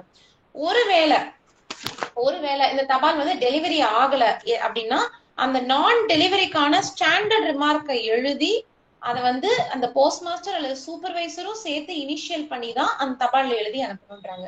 சோ அதே மாதிரி ஒருவேளை டெலிவரி ஆகாத பட்சத்துல நம்ம ஏற்கனவே பிரிஸ்கிரைப் பண்ணிருக்கக்கூடிய ஏதாவது ஒரு ஸ்டாண்டர்ட் ரிமார்க்ஸ் தான் எழுதணும். அதை ஐதர் சென்டருக்கும், சென்டர் இல்லாத பட்சத்துல அது ஆர்எல்ஓக்கும் அனுப்பணும் அப்படின்னு சொல்றதுதான் இந்த ரெகுலேஷன். எந்த மாதிரி அபிஷியல் மார்க் எழுதணும், அதை யாரெல்லாம் எழுதணும் அப்படின்றத பத்தி சொல்றதுதான் இந்த ரெகுலேஷன் நம்பர் 70. சோ அடுத்த ரெகுலேஷன் நம்ம பார்க்க போறோம், recovery of dues in respect of unpaid and insufficiently paid domestic items.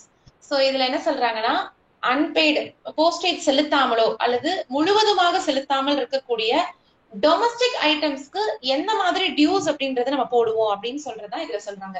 So any item, எந்த ஒரு தபால்ல போஸ்டேஜோ எதுவுமே இன்சபிஷியன்டா இருந்தால் அதற்கான சார்ஜ் ரொம்ப சிம்பிள். அன்பெய்டாக இருந்தால் டபுள் த ப்ரீபெய்ட், இது நமக்கு தெரிஞ்சதான், டபுள் த ப்ரீபெய்ட் ரேட் நம்ம வசூலிப்போம். இன்சபிஷியன்ட்லி பெய்ட், முழுவதுமாக பண்ணலன்னா டபுள் த டெஃபிஷியன்சி, எவ்வளவு போதலையோ அந்த டபுள் த டைம் வந்து நம்ம சார்ஜ் பண்ணிப்போம். ஓகேங்களா? சோ ஆனா இந்த ஒரே ஒரு கண்டிஷன் என்ன சொல்றாங்க, இந்த மாதிரி நம்ம வாங்கக்கூடிய போஸ்டேஜ் டியூவோ அல்லது ஏர்மெயில் ஃபீயோ ₹1 கம்மியா உங்களுக்கு பிராக்ஷன்ல இருக்கக்கூடாதுன்னு சொல்றாங்க.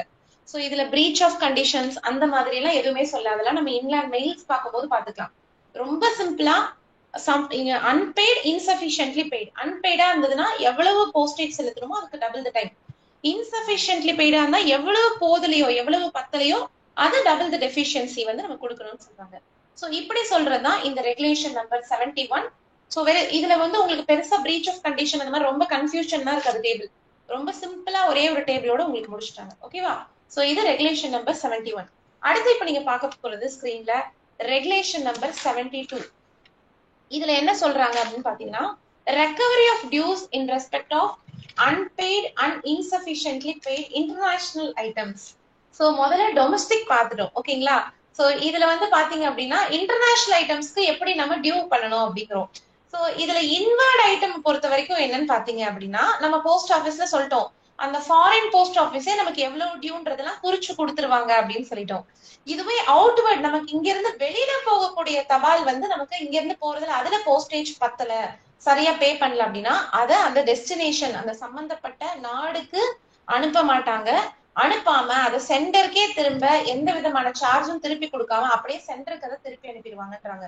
சோ ஐ ரிப்பீட், மறுபடியும் சொல்றேன், உள்ள இன்வர்டு வரக்கூடிய இன்டர்நேஷனல் ஐட்டமாக இருந்தால் அதற்கு ப்ரீபெய்டு இன்சபிஷியன்ட்லி பெய்டுனா அந்த சம்பந்தப்பட்ட அட்ரஸ் கிட்ட நம்ம அந்த அமௌண்ட்டை வாங்கிட்டு நம்ம கொடுத்துடலாம். ஆனா இங்க இருந்து வெளியில போற இன்டர்நேஷனல் ஐட்டம்ஸ்ல ஏதாவது இந்த மாதிரி இன்சபிஷியன்ட்லி இல்லை அப்படின்னா அதை டெஸ்டினேஷன் அங்க அனுப்ப மாட்டாங்க, சென்டருக்கே அதை திருப்பி அனுப்பிச்சிடுவாங்க அப்படின்னு சொல்றாங்க. ஓகேவா? சோ அந்த மாதிரி இன்டர்நேஷனல் தபாலுக்கு அன்பெய்டுக்கு ஏதாவது ஸ்பெஷலா வேற எதுவும் அமௌண்ட் இருக்கா அப்படின்னா ஒண்ணுமே கிடையாது. அதுதான் when the postage or airmail fee is not paid, பே பண்ணவே இல்லைன்னா டபுள் த ப்ரீபெய்ட் ரேட் இவங்க கொடுக்கணும். அதே மாதிரி இன்சபிஷியண்டா பே பண்ணாலும் டபுள் த டெஃபிஷியன்சி கொடுக்கணும். சோ டொமஸ்டிக்கு நம்ம என்ன பார்த்தோமோ அதே தான் இன்டர்நேஷனலுக்கும் பொருந்தும். சோ இது எல்லாமே உங்களுக்கு பிஓ ரெகுலேஷன் தான் அங்கங்க தனித்தனி ஷெட்யூலா இருக்கு. சோ நம்ம கிளாஸ்க்காக இது எல்லாத்தையும் அங்கங்க நம்ம இதெல்லாம் சேர்த்து ஒரு கோர்வையா இதை நம்ம கொண்டு வரோம். Okay right? சோ இப்போ பிஓ ரெகுலேஷன் இப்ப நம்ம பார்த்ததுல சக்சஸ்ஃபுல்லா நம்ம ஒரு 3 சாப்டர் நம்ம கவர் பண்ணியிருக்கோம். சோ உங்களுக்கு ஞாபகம் இருக்கும்னு நினைக்கிறேன். சாப்டர் 1ல நம்ம பிரிலிமினரி டெஃபினிஷன்ஸ் ஃபுல்லா பார்த்தோம். சாப்டர் 2ல ஜெனரலான பிஓ ரெகுலேஷன்ஸ் எல்லாம் பார்த்தோம் ஜெனரலா. சாப்டர் 3ல டெலிவரி சம்பந்தப்பட்டு இப்ப இவ்வளவு தூரம் நம்ம வந்து கிளாஸ் வந்து 72 வரைக்கும் பார்த்திருக்கோம். அடுத்த சாப்டருக்குள்ள நம்ம வந்து அடி எடுத்து வைக்கிறோம். சோ அது எதை பத்தி அப்படின்னு பாத்தீங்கன்னா காம்பன்சேஷன். சோ இன்னைக்கு இந்த காம்பன்சேஷன் வரைக்கும் தான் நம்ம பார்க்க போறோம். ஓகேங்களா? சோ இந்த காம்பன்சேஷன் இதுக்கப்புறம் இன்னும் 2 தான். இதுக்கப்புறம் வந்து நம்ம பியூர் ரெகுலேஷனே நம்ம கம்ப்ளீட் பண்ணிடுவோம். சோ இந்த காம்பன்சேஷன் அப்படிங்கிறது உங்களுக்கு தெரியும். காம்பன்சேஷன் அப்படிங்கிறது என்னது? இழப்பீடு. ஒரு தபால் லாஸ் தொலைஞ்சுக்கிட்டாலோ டேமேஜ் ஆயிடுச்சு, இல்ல அதுக்கு ஏதாவது சேதம் ஏற்பட்டாலோ அல்லது டிலே ஏதாவது இருந்தாலோ தாமதமாக நமக்குன்னு ஒரு பிரிஸ்கிரைப்டு ஒரு டெலிவரி நம்ம சொல்லியிருக்கோம், அதை தாண்டி ஏதாவது டிலே இருந்தாலோ அதற்காக அந்த சம்பந்தப்பட்ட அட்ரஸிக்கோ சென்டருக்கோ கொடுக்கக்கூடிய இழப்பீடை பத்தி முழுவதுமாக சொல்வதுதான் காம்பன்சேஷன். இந்த இழப்பீட்டுல 2 விதமா நம்ம இந்த சாப்டர்ல பார்க்க போறோம். ஒன்னு டொமஸ்டிக் தபால்ல ஏதாவது இருந்தா என்ன பண்றது, செகண்ட் இன்டர்நேஷனல் மெயில்ஸ்ல ஏதாவது இருந்ததுனால் அதுக்கான காம்பன்சேஷன் எப்படி ஒரு கஸ்டமர் கிளைம் பண்ணிக்கணும், அதுக்கான கம்ப்ளைண்ட் எப்படி ஃபைல் பண்ணுன்றதுதான் இந்த ஸ்கிரீன்ல நம்ம பார்க்க போறோம். சோ இவ்வளவு நாள் இருந்த அதே ஜோஷோட நம்ம அப்படியே அடுத்தடுத்த நம்ம ரெகுலேஷன் போலாம். நான் பொறுமையாவே அப்படியே போறேன். சோ அடுத்தது ரெகுலேஷன் நம்பர் 73 நம்ம பாக்குறோம். இதுல என்னன்னா compensation in respect of domestic items. நான் முன்னாடி சொன்னது மாதிரியே உங்களுக்கு டொமஸ்டிக் தனியா இன்டர்நேஷனல் தனியா நம்ம பார்க்க போறோம்னு சொன்னோம். சோ ஃபர்ஸ்ட் நம்ம பார்க்க போறது டொமஸ்டிக். உள்ளூர் தபால், நம்மளோட இந்தியாக்குள்ள இருக்கக்கூடிய உள்ளூர் தபால்ல ஏதாவது இருந்து அப்படின்னா அதுக்கு காம்பன்சேஷன் எப்படின்னு சொல்றோம். நான் ஏற்கனவே சொன்ன மாதிரி ஒரு சென்டர், ஓகேங்களா, காம்பன்சேஷன் வந்து ஒரு சென்டருக்கு கொடுப்போம். எப்பெல்லாம் கொடுப்போம்? அது ஏதாவது இந்த ஈவெண்ட் ஆஃப் லாஸ் ஏதாவது தொலைஞ்சிருச்சுனாலோ, இல்ல டேமேஜ் ஏதாவது அதற்கு சேதம் ஏற்பட்டாலோ, அல்லது பார்ட் லாஸ் பகுதியா ஏதாவது தொலைஞ்சிருச்சு லாஸ் ஏதாவது இருந்தாலோ, அல்லது டிலே இருந்தாலோ ஒரு சில கண்டிஷன்ஸ் ஒரு சில இதுக்கு உட்பட்டு நம்ம வந்து கொடுக்க போறோம். ஒரு சில நிபந்தனைகளுக்கு உட்பட்டு கொடுக்க போறோம். அது என்னென்ன நிபந்தனைகள் தான் பார்க்க போறோம். சோ முதல்ல எப்பெல்லாம் காம்பன்சேஷன் கொடுக்க மாட்டோம் அப்படின்றத சொல்றோம். அதை மிச்சது இதெல்லாம் இல்லாம இருந்தா கொடுப்போம்னு சொல்றாங்க. ஒரு காம்பன்சேஷன் கொடுத்துருவோம், நார்மலி நம்ம கொடுப்போம். எவ்வளவு கொடுப்போம்ன்றதையும் பின்னாடி பார்க்க போறோம்.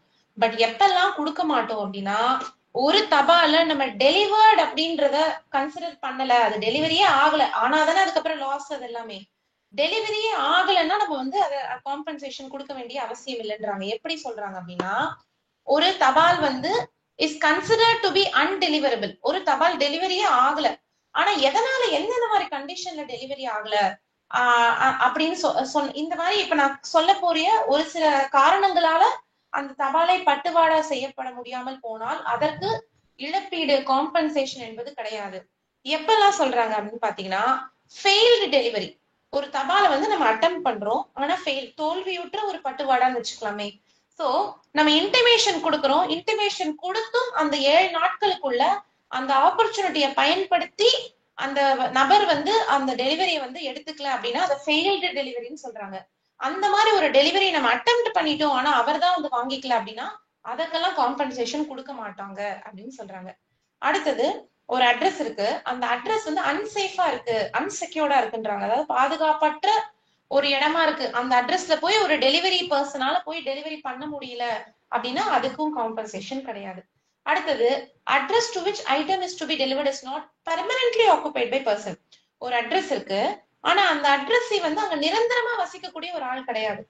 அந்த மாதிரி ஒரு கண்டிஷன்லயும் அந்த மாதிரி ஒரு தபாலுக்கு பட்டுவாடா போய் அது டிலே ஆகி அந்த மாதிரி இருந்தாலும் காம்பன்சேஷன் என்ன கிடையாது, நோ, கிராஸ் போட்டுறேன். ஓகேவா? அடுத்தது the item is not fully correctly addressed in a manner. உங்களுக்கு எல்லாருக்கும் ஞாபகம் இருந்திருக்கும், நம்ம ஃபர்ஸ்ட் ஒரு செகண்ட் கிளாஸ்ல பார்க்கும்போது மேனர் ஆஃப் அட்ரஸிங்னு ரொம்ப டீடைல்டா பார்த்தோம். எப்படி ஒரு தபால் நம்ம கட்டம்லாம் கட்டி எவ்வளவு ஸ்பேஸ் விடணும் அந்த மாதிரி.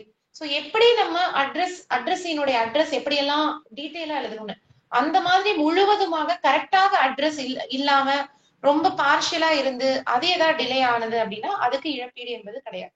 அடுத்தது ஒரு அட்ரஸ் இல்லெஜிபிளா இருக்கு, அதாவது படிக்க முடியாத மாதிரி உங்களுக்கு புரியாத மாதிரி இருந்தாலும் அதுக்கும் கிடையாது. அடுத்தது அந்த அட்ரஸ்க்கு டெலிவரி பண்ணும் பொழுது அந்த அட்ரஸ் பண்ணும் பொழுது அந்த டெலிவரி பண்ணக்கூடிய பர்சனுக்கு ஏதாவது உடல் நலத்துக்கு ஏதாவது ஆபத்து விளைவிக்கிற மாதிரி ஒரு சூழ்நிலை இருந்தா, ரிஸ்க் அந்த மாதிரி இருக்கு, ஹெல்த் ரிஸ்க் அந்த மாதிரி ஒரு இடமாக இருக்கு அப்படின்னா அதுவும் நம்ம பண்ண முடியாது, அந்த மாதிரி இருக்கும். அப்புறம் ஃபார் எனி ரீசன் இம்ப்ராக்டிகலாவோ, அதாவது டெலிவரி பண்ண முடியாத ஒரு நிர்பந்தம் இருக்கும் பட்சத்துல அந்த மாதிரி தபால்ல ஏதாவது கால தாமதம் ஏற்பட்டால் அதற்கெல்லாம் இழப்பீடு கிடையாது அப்படின்னு சொல்றாங்க. இது மட்டும் இல்லாம எல்லா கண்டிஷன், இந்த ரெகுலேஷன்ல சொல்லிக்கக்கூடிய எல்லா கண்டிஷன்ஸையும் முழுவதுமாக பூர்த்தி செய்ய வேண்டிய எல்லாரும் கிடையாது.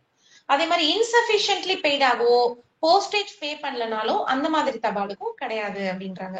சோ ஜென்ரலி என்ன சொல்றாங்கன்னா, அந்த நம்ம அனுப்பக்கூடிய அந்த தபால் அப்படிங்கிறதுக்கு எந்தெந்த மாதிரி தபால் இழப்பீடு இல்லைன்னா, அதுக்குள்ள ஏதாவது ப்ரொஹிபிட்டட் தடை செய்யப்பட்ட பொருட்கள் ஏதாவது இருக்கு, அல்லது ஏதோ ஒரு சட்டத்தால் புறக்கணிக்கப்பட்ட பொருட்கள் இருக்கு அப்படின்னா அது கிடையாதுன்றாங்க.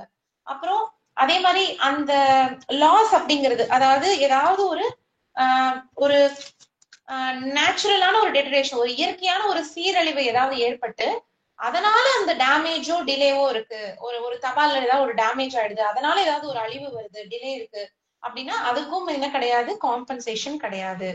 சோ எதுக்கெல்லாம் கிடையாதுன்னு சொல்லிட்டோம், இது போக மிச்சம் இருந்தா காம்பன்சேஷன் கொடுக்கலாம்.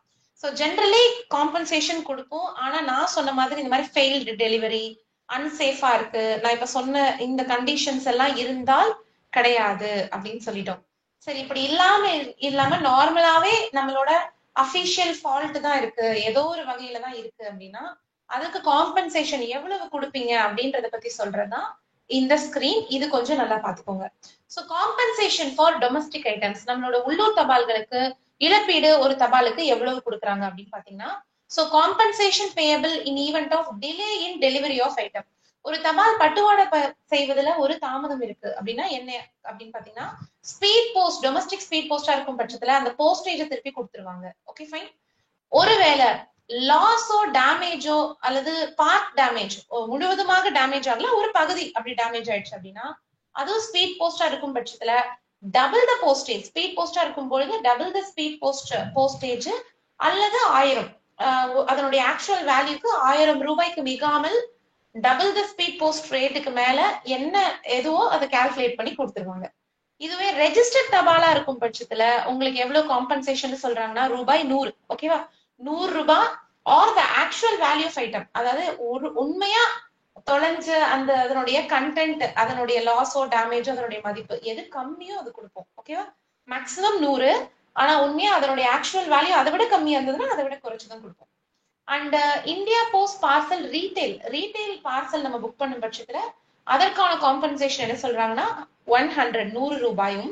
அதே மாதிரி கான்ட்ராக்சுவல் பேசிஸ்ல புக் பண்ணக்கூடிய பார்சலுக்கு என்ன சொல்றாங்கன்னா 500 ரூபாய் ஆர் ஆக்சுவல் வேல்யூ. நம்ம இதுக்கு எப்படி 100 பார்த்தோம் ரெஜிஸ்டர்ட், அதே மாதிரி கான்ட்ராக்சுவல் பார்சலுக்கு 500 ரூபாய் அல்லது ஆக்சுவல் வேல்யூ எது கம்மியோ அது கொடுப்போம். So this is what compensation. So delay இருந்ததுன்னா ஸ்பீடை பொறுத்த வரைக்கும் சேம் போஸ்டேஜ் தான். லாஸ் டேமேஜ் இருந்ததுன்னா டபுள் தி ஸ்பீட் போஸ்ட் அல்லது 1000 ரூபாய்க்குள்ள, அது டிபெண்டிங் அப்பான் அதனுடைய வேல்யூ மதிப்பை பொறுத்து. ரெஜிஸ்டர்ட் பொறுத்த வரைக்கும் ஒரிஜினல் வேல்யூ அல்லது 100 மேக்ஸிமம் அவ்வளவுதான். ரீட்டைல் பார்சலை பொறுத்த வரைக்கும் 100 ரூபாய், கான்ட்ராக்சுவல் பார்சலை பொறுத்த வரைக்கும் 500 அல்லது ஆக்சுவல் வேல்யூ எது கம்மியோ அதை கொடுத்துரும். ஓகேங்களா, சோ இதுதான் காம்பன்சேஷனை பத்தி நம்ம பிஓ ரெகுலேஷன்ஸ்ல சொல்லியிருக்காங்க. So clear, I think you are clear. So 73ல எதுக்கு கொடுக்க மாட்டோம், இதை தாண்டி கொடுக்கணும்னா எவ்வளவு கொடுப்போம்ன்றதை இதுல பார்த்தாச்சு. சோ அடுத்தது இப்ப நம்ம பார்க்க போறது compensation in respect of insured items.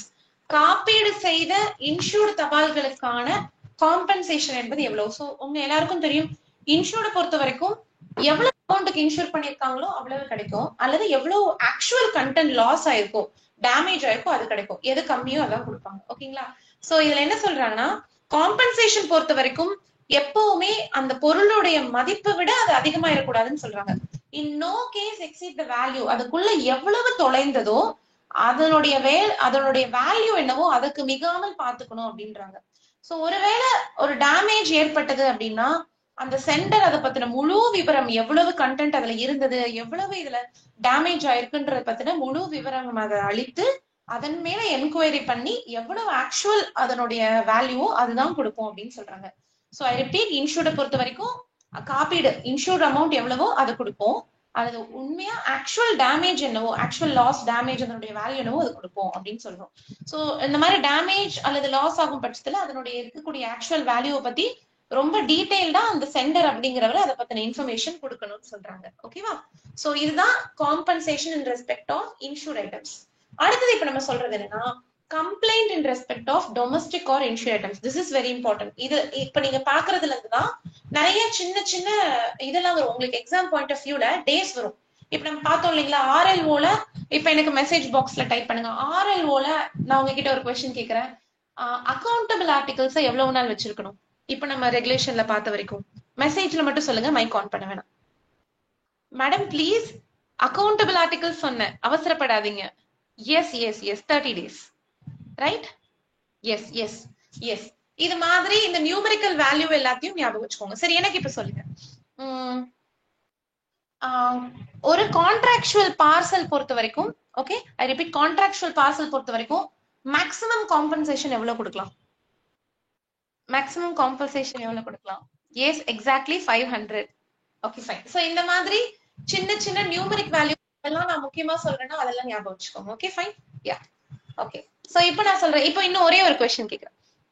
And then ஒரு ஒரு ஒரு ஆர்டிக்கல், ஓகேவா, ஒரு ஆர்டிக்கல் வந்து பிரெமிசஸ் லாக் ஆயிருக்கிறது, கன்சிஸ்டன்டா அந்த தபால் வந்து எப்ப போனாலும் அந்த வீடு பூட்டியே இருக்கு, அந்த தபாலை உடனே ரிட்டர்ன் அனுப்பணுமா, 7 நாள் வச்சிருக்கணுமா? You can message. Yes, of course, return to sender. Yes.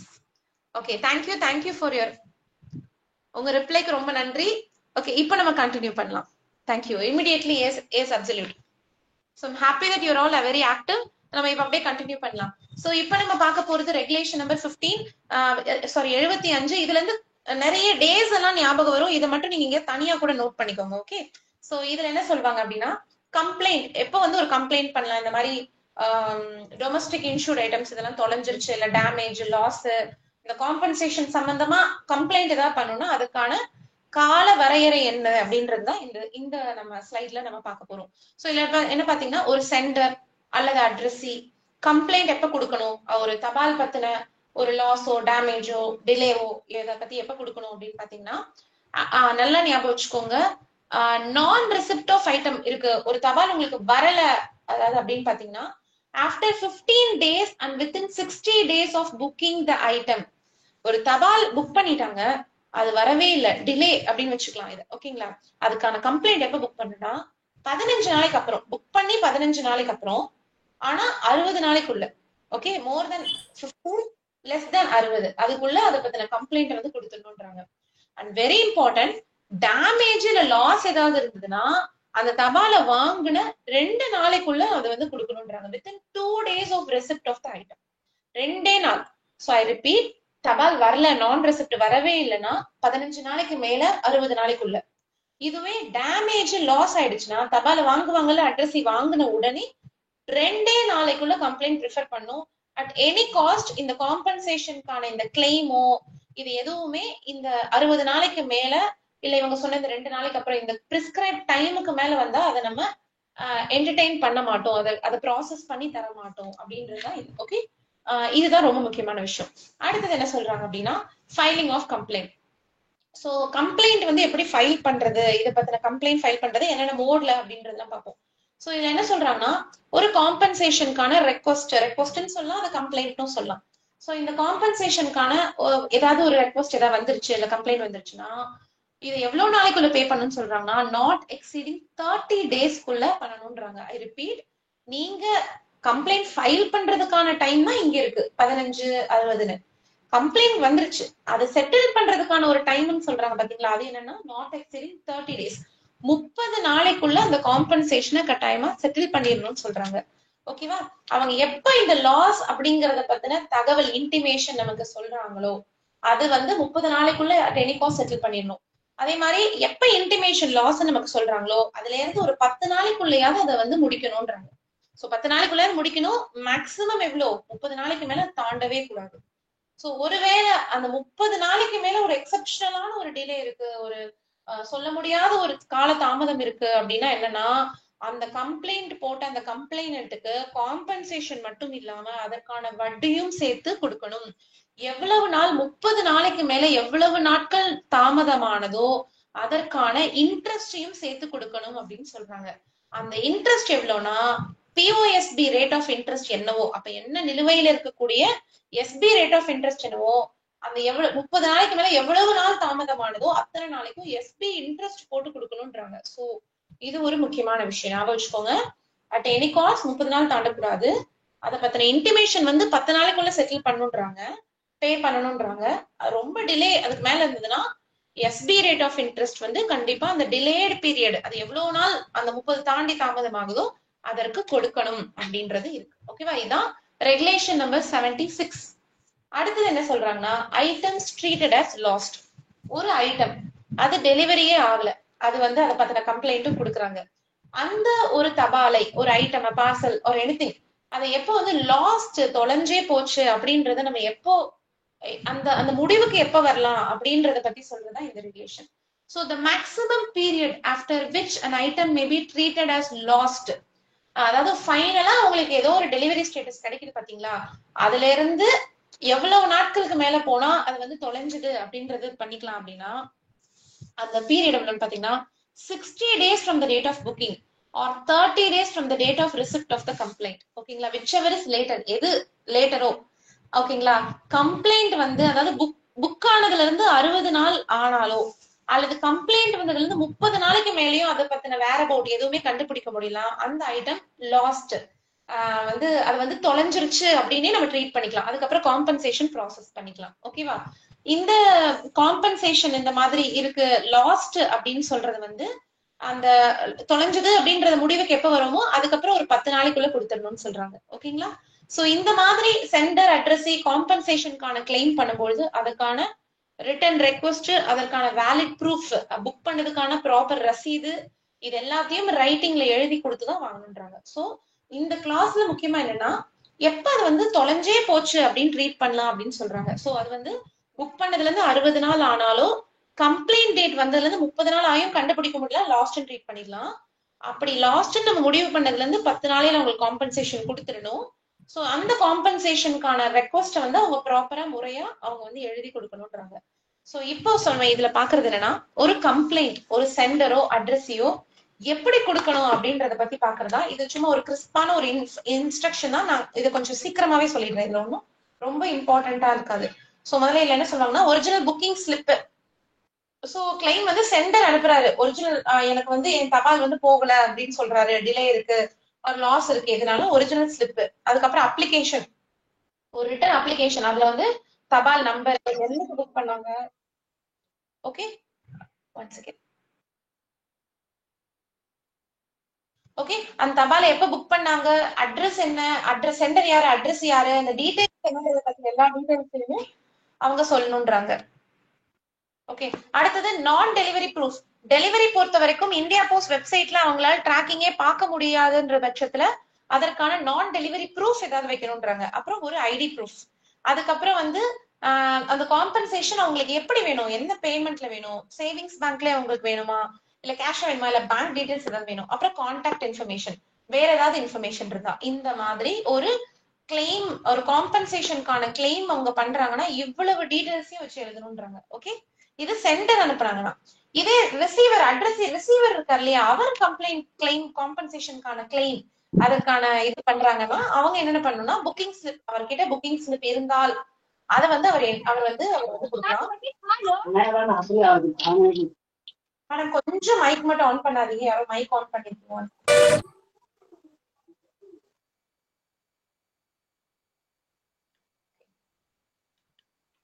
Okay, so இப்ப நான் சொல்றேன். இப்போ வந்து அட்ரஸி வந்து ஏதாவது கிளைம் ப்ரிஃபர் பண்றாங்கன்னா என்னென்ன வைக்கணும்னா அவங்க கிட்ட புக்கிங் ஸ்லிப் இருந்தா வைக்கலாம், அப்ளிகேஷன் கண்டிப்பா வேணும், ஒரு ஃபார்மல் அப்ளிகேஷன். அது வந்து நான் சொன்னேன் இல்லையா, டேமேஜான ஐட்டம் வந்தா எவ்வளவு நாளைக்கு கிளைம் ப்ரிஃபர் பண்ணும், 2 நாள். ஓகே, கிளைம் ரிசீவ்ட் இதுக்கப்புறம் வரதை என்டர்டைன் பண்ண மாட்டோம். சோ என்ன டேமேஜ், என்ன தபால், அதுக்கப்புறம் ஏதாவது எவிடன்ஸ் இருக்கா, லைக் போட்டோ வீடியோ, அதை ஓபன் பண்ணும்போது ஓபனிங் வீடியோ ஏதாவது இருக்கா, ஐடி ப்ரூஃப், அப்புறம் வந்து ஏதாவது அதுக்குள்ள அக்னாலஜ்மெண்ட், ஏதாவது கம்யூனிகேஷன் ஏதாவது இருந்தது அப்படின்னா அதை பத்தின சப்போர்ட்டிங் டாக்குமெண்ட்ஸ்.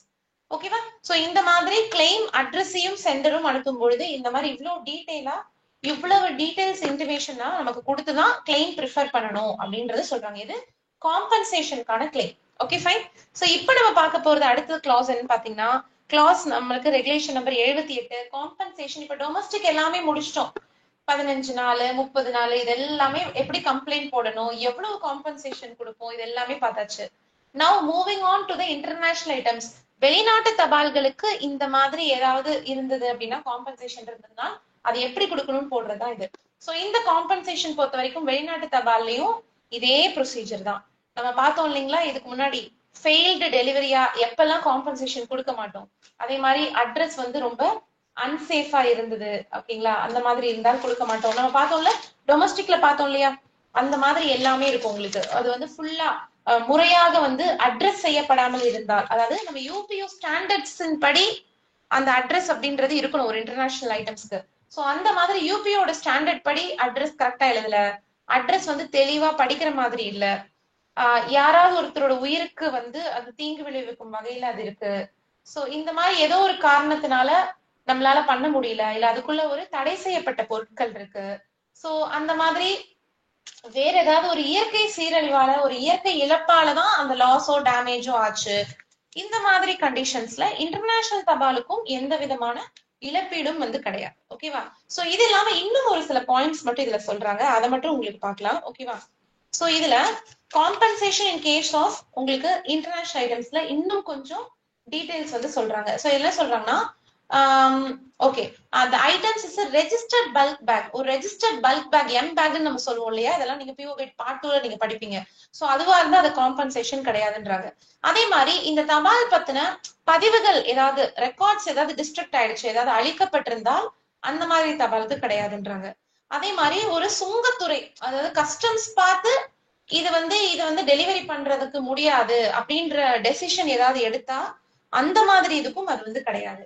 அதே மாதிரி ஒரு அனுப்புனருடைய தவறு அல்லது அலட்சியம், ஒரு fault or negligence of the centre, அனுப்புனரோட ஒரு கவனக்குறைவோ இல்ல அவரோட அலட்சியத்தினாலோ அவரோட தவறுனாலதான் இந்த கண்டென்ட் லாஸ் ஆச்சு, டேமேஜ் ஆச்சு அப்படின்னா அதுக்கும் கிடையாது.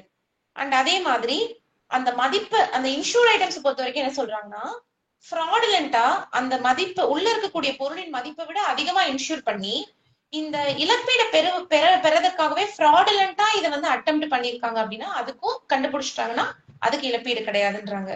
சோ அதே மாதிரி இந்த மாதிரி கண்டிஷன்ஸ் எதுவுமே இல்லாம, அதே மாதிரி the item not delivered and the sender has made no enquiry, தொலைஞ்ச உடனே பண்ணாம registered international track packet service, parcel, இதெல்லாம் வந்து ஒரு 6 மாசத்துக்கு மேல என்கொயரியே முன்னாடி பண்ணாம ரொம்ப காலதாமதமா வந்து பண்றாங்க அப்படின்னாலும் அதுக்கும் எந்த விதமான காம்பன்சேஷனும் கிடையாதுன்னு சொல்றாங்க.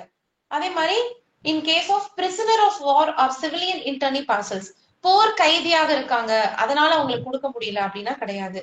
சோ அதே மாதிரி அனுப்புனரோட ஏதாவது ஒரு செயல் அல்லது அந்த இழப்பீடு பெறும் நோக்கத்திலேயே வேணும்னே ஏதாவது பண்றது அப்படின்னாலும் அது காம்பன்சேஷன் கிடையாது. அப்புறம் இல்ல ஏதாவது ஒரு ஐட்டம் வந்து பறிமுதல் செஞ்சிருக்காங்க, இல்ல விதிமுறைக்கு மீறி ஏதாவது ஒரு விஷயங்கள் வந்து அதுல அனுப்புறாங்க அப்படின்னா அதுக்கும் கிடையாது. அதே மாதிரி வேற ஏதாவது ஒரு நாடு அல்லது ஏதோ ஒரு பொருள், நம்மளோட பொருளை வந்து ஏதாவது கைப்பற்றுதல் செஞ்சிருக்காங்க, சீஸ் பண்ணிட்டாங்க, பறிமுதல் பண்ணிட்டாங்கன்னா அதுவும் கிடையாது. அதே மாதிரி எந்த ஒரு நாட்டினுடைய ரூல்ஸின் படி அது வந்து ப்ரொஹிபிட் பண்ணிட்டாங்க, அது வந்து தடை செஞ்சுட்டாலும் அதற்கும் எந்த விதமான காம்பன்சேஷனும் கிடையாது. சோ டொமஸ்டிக்கை விட இன்டர்நேஷனலும் நிறைய கண்டிஷன் சொல்றாங்க. சோ நம்ம இது தாண்டி அந்த மாதிரி பெர்ஃபெக்டா இல்ல, ரொம்ப தாமதமா பண்றாங்க, இந்த மாதிரி நான் சொன்ன மாதிரி சென்டர்னுடைய இது இல்ல வேணும்னே நம்மகிட்ட இந்த இத காம்பன்சேஷன் வாங்குறதுக்காகவே ஃப்ராடுலண்டா பண்றாங்க, இந்த மாதிரி இப்ப நான் மேற்கொண்ட எந்த கண்டிஷன்ஸ்க்காக இருந்தாலுமே நம்மளால காம்பன்சேஷன் இன்டர்நேஷனல் ஐட்டம்ஸ்க்கு கொடுக்க முடியாது. ஓகே, சோ அப்படி காம்பன்சேஷன் இது இல்லாம கிளியரான ஐட்டம்ஸ்க்கு வந்து என்ன காம்பன்சேஷன் அப்படின்றத இந்த டேபிள பாக்குறீங்க. இது ஆக்சுவலி பிஓ கைட் பார்ட் 2 பகுதி தான். பட் ஈவன் தோ இது தனியா விட்டு எங்கேயும் போயிடக்கூடாதுன்றதுக்காக நான் இதை இதுலயே கவர் பண்ணிடுறேன். Okay fine. சோ இதுல வந்து நான் குவிக்கா சொல்லிடுறேன் என்ன ப்ராடக்ட்டுக்கு எவ்வளவு காம்பன்சேஷன். ரெஜிஸ்டர்ட் தபால் ஐட்டமாக இருந்தால் உங்களுக்கு அந்த கண்டென்ட்னுடைய வேல்யூ எவ்வளோ அல்லது 30 SDR எது கம்மியோ அது பிளஸ் போஸ்டேஜ் கொடுத்துருவோம். இதே இன்டர்நேஷனல் பார்சலை பொறுத்த வரைக்கும் 40 SDR உட்பட்டு பிளஸ் 4.5 SDR per kg, ஒவ்வொரு கிலோவுக்கும் 4.5 SDR. ஓகேங்களா? ஆர் அந்த வேல்யூ என்னவோ விச் எவர் இஸ் லெஸ். ஓகேங்களா? எது கம்மியோ அது. ஓகேங்களா? அதாவது 40 SDR பிளஸ் ஒவ்வொரு கிலோவுக்கும் ஒரு 4.5 SDR. அது இல்லாம இதுல எது கம்மியோ அல்லது வேல்யூ எது கம்மியோ, ஆனா எதுக்கு மேல இருக்கக்கூடாது, மிகாமல் 130 SDRக்கு மேல பிளஸ் போஸ்டேஜுக்கு மேல அது போகக்கூடாது. அப்பர் சீலிங் லிமிட் அப்படின்றது ஒண்ணு சொல்றாங்க. ஓகேவா? சோ இதுவே இன்டர்நேஷனல் ஸ்பீடு இஎம்எஸ் மெர்ச்சன்டைஸா இருந்ததுன்னா அது எவ்வளவு டிக்ளேர்ட் வேல்யூ, என்ன வேல்யூ சொல்லிருக்காங்க கண்டென்ட்ஸ்க்கு, ஆர் 130 SDR எது கம்மியோ பிளஸ் போஸ்டேஜ். சோ அதே மாதிரி international express mail service document மெர்ச்சன்டைஸ்னா இப்படி, அதுவே ஸ்பீட்ல இஎம்எஸ் டாக்குமெண்டா இருந்ததுன்னா எவ்வளவு போஸ்டேஜோ அதுதான். நம்ம அங்கேயே பார்த்தோம்ல, ஸ்பீடை பொறுத்த வரைக்கும் எவ்வளவு போஸ்டேஜோ அதான். டொமஸ்டிக் மாதிரி தான். இன்டர்நேஷனல் டிராக்டு பேக்கெட் சர்வீஸ் நம்ம பார்ப்போம் இல்லையா, 2 கிலோ வரைக்கும் ஏசியா கண்ட்ரீஸ்க்கு அனுப்புறது. அந்த காம்பன்சேஷன் பொறுத்த வரைக்கும் 1000 ரூபாய்க்கு ரெஸ்ட்ரிக்ட் பண்ணி, அல்லது ஒரிஜினலா அந்த வேல்யூ எவ்வளவு டிக்ளேர் பண்ணிருக்காங்க இதுல எது கம்மியோ அது வந்து உங்களுக்கு கொடுப்பாங்க. ஓகேவா? இதெல்லாம் பாத்தீங்கன்னா உங்களுக்கு லாஸ் தொலைஞ்சு போனா பொறுமைப்படுத்துறாங்க.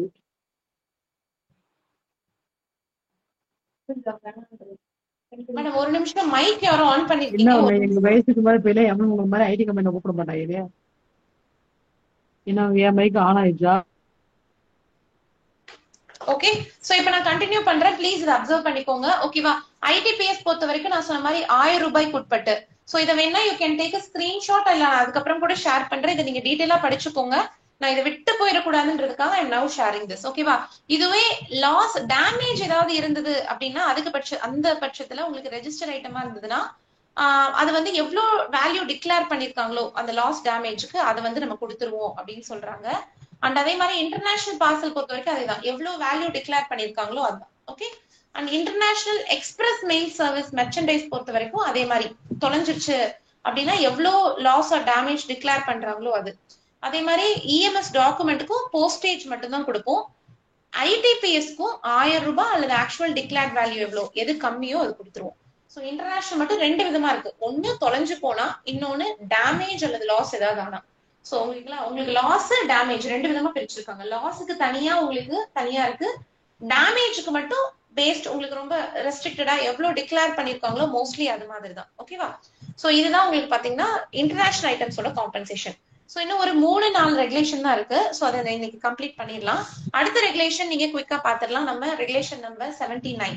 சோ இதுல என்ன சொல்றாங்கன்னா, இன்டர்நேஷனல் ஐட்டம்ஸ்க்கு கம்ப்ளைண்ட் என்ன சொன்னோம் அப்படின்னு, டொமஸ்டிக் என்ன சொன்னோம், உங்களுக்கு வந்து புக் பண்ணதுல இருந்து 15 நாளைக்கு மேல 60 நாளைக்குள்ள பண்ணணும்.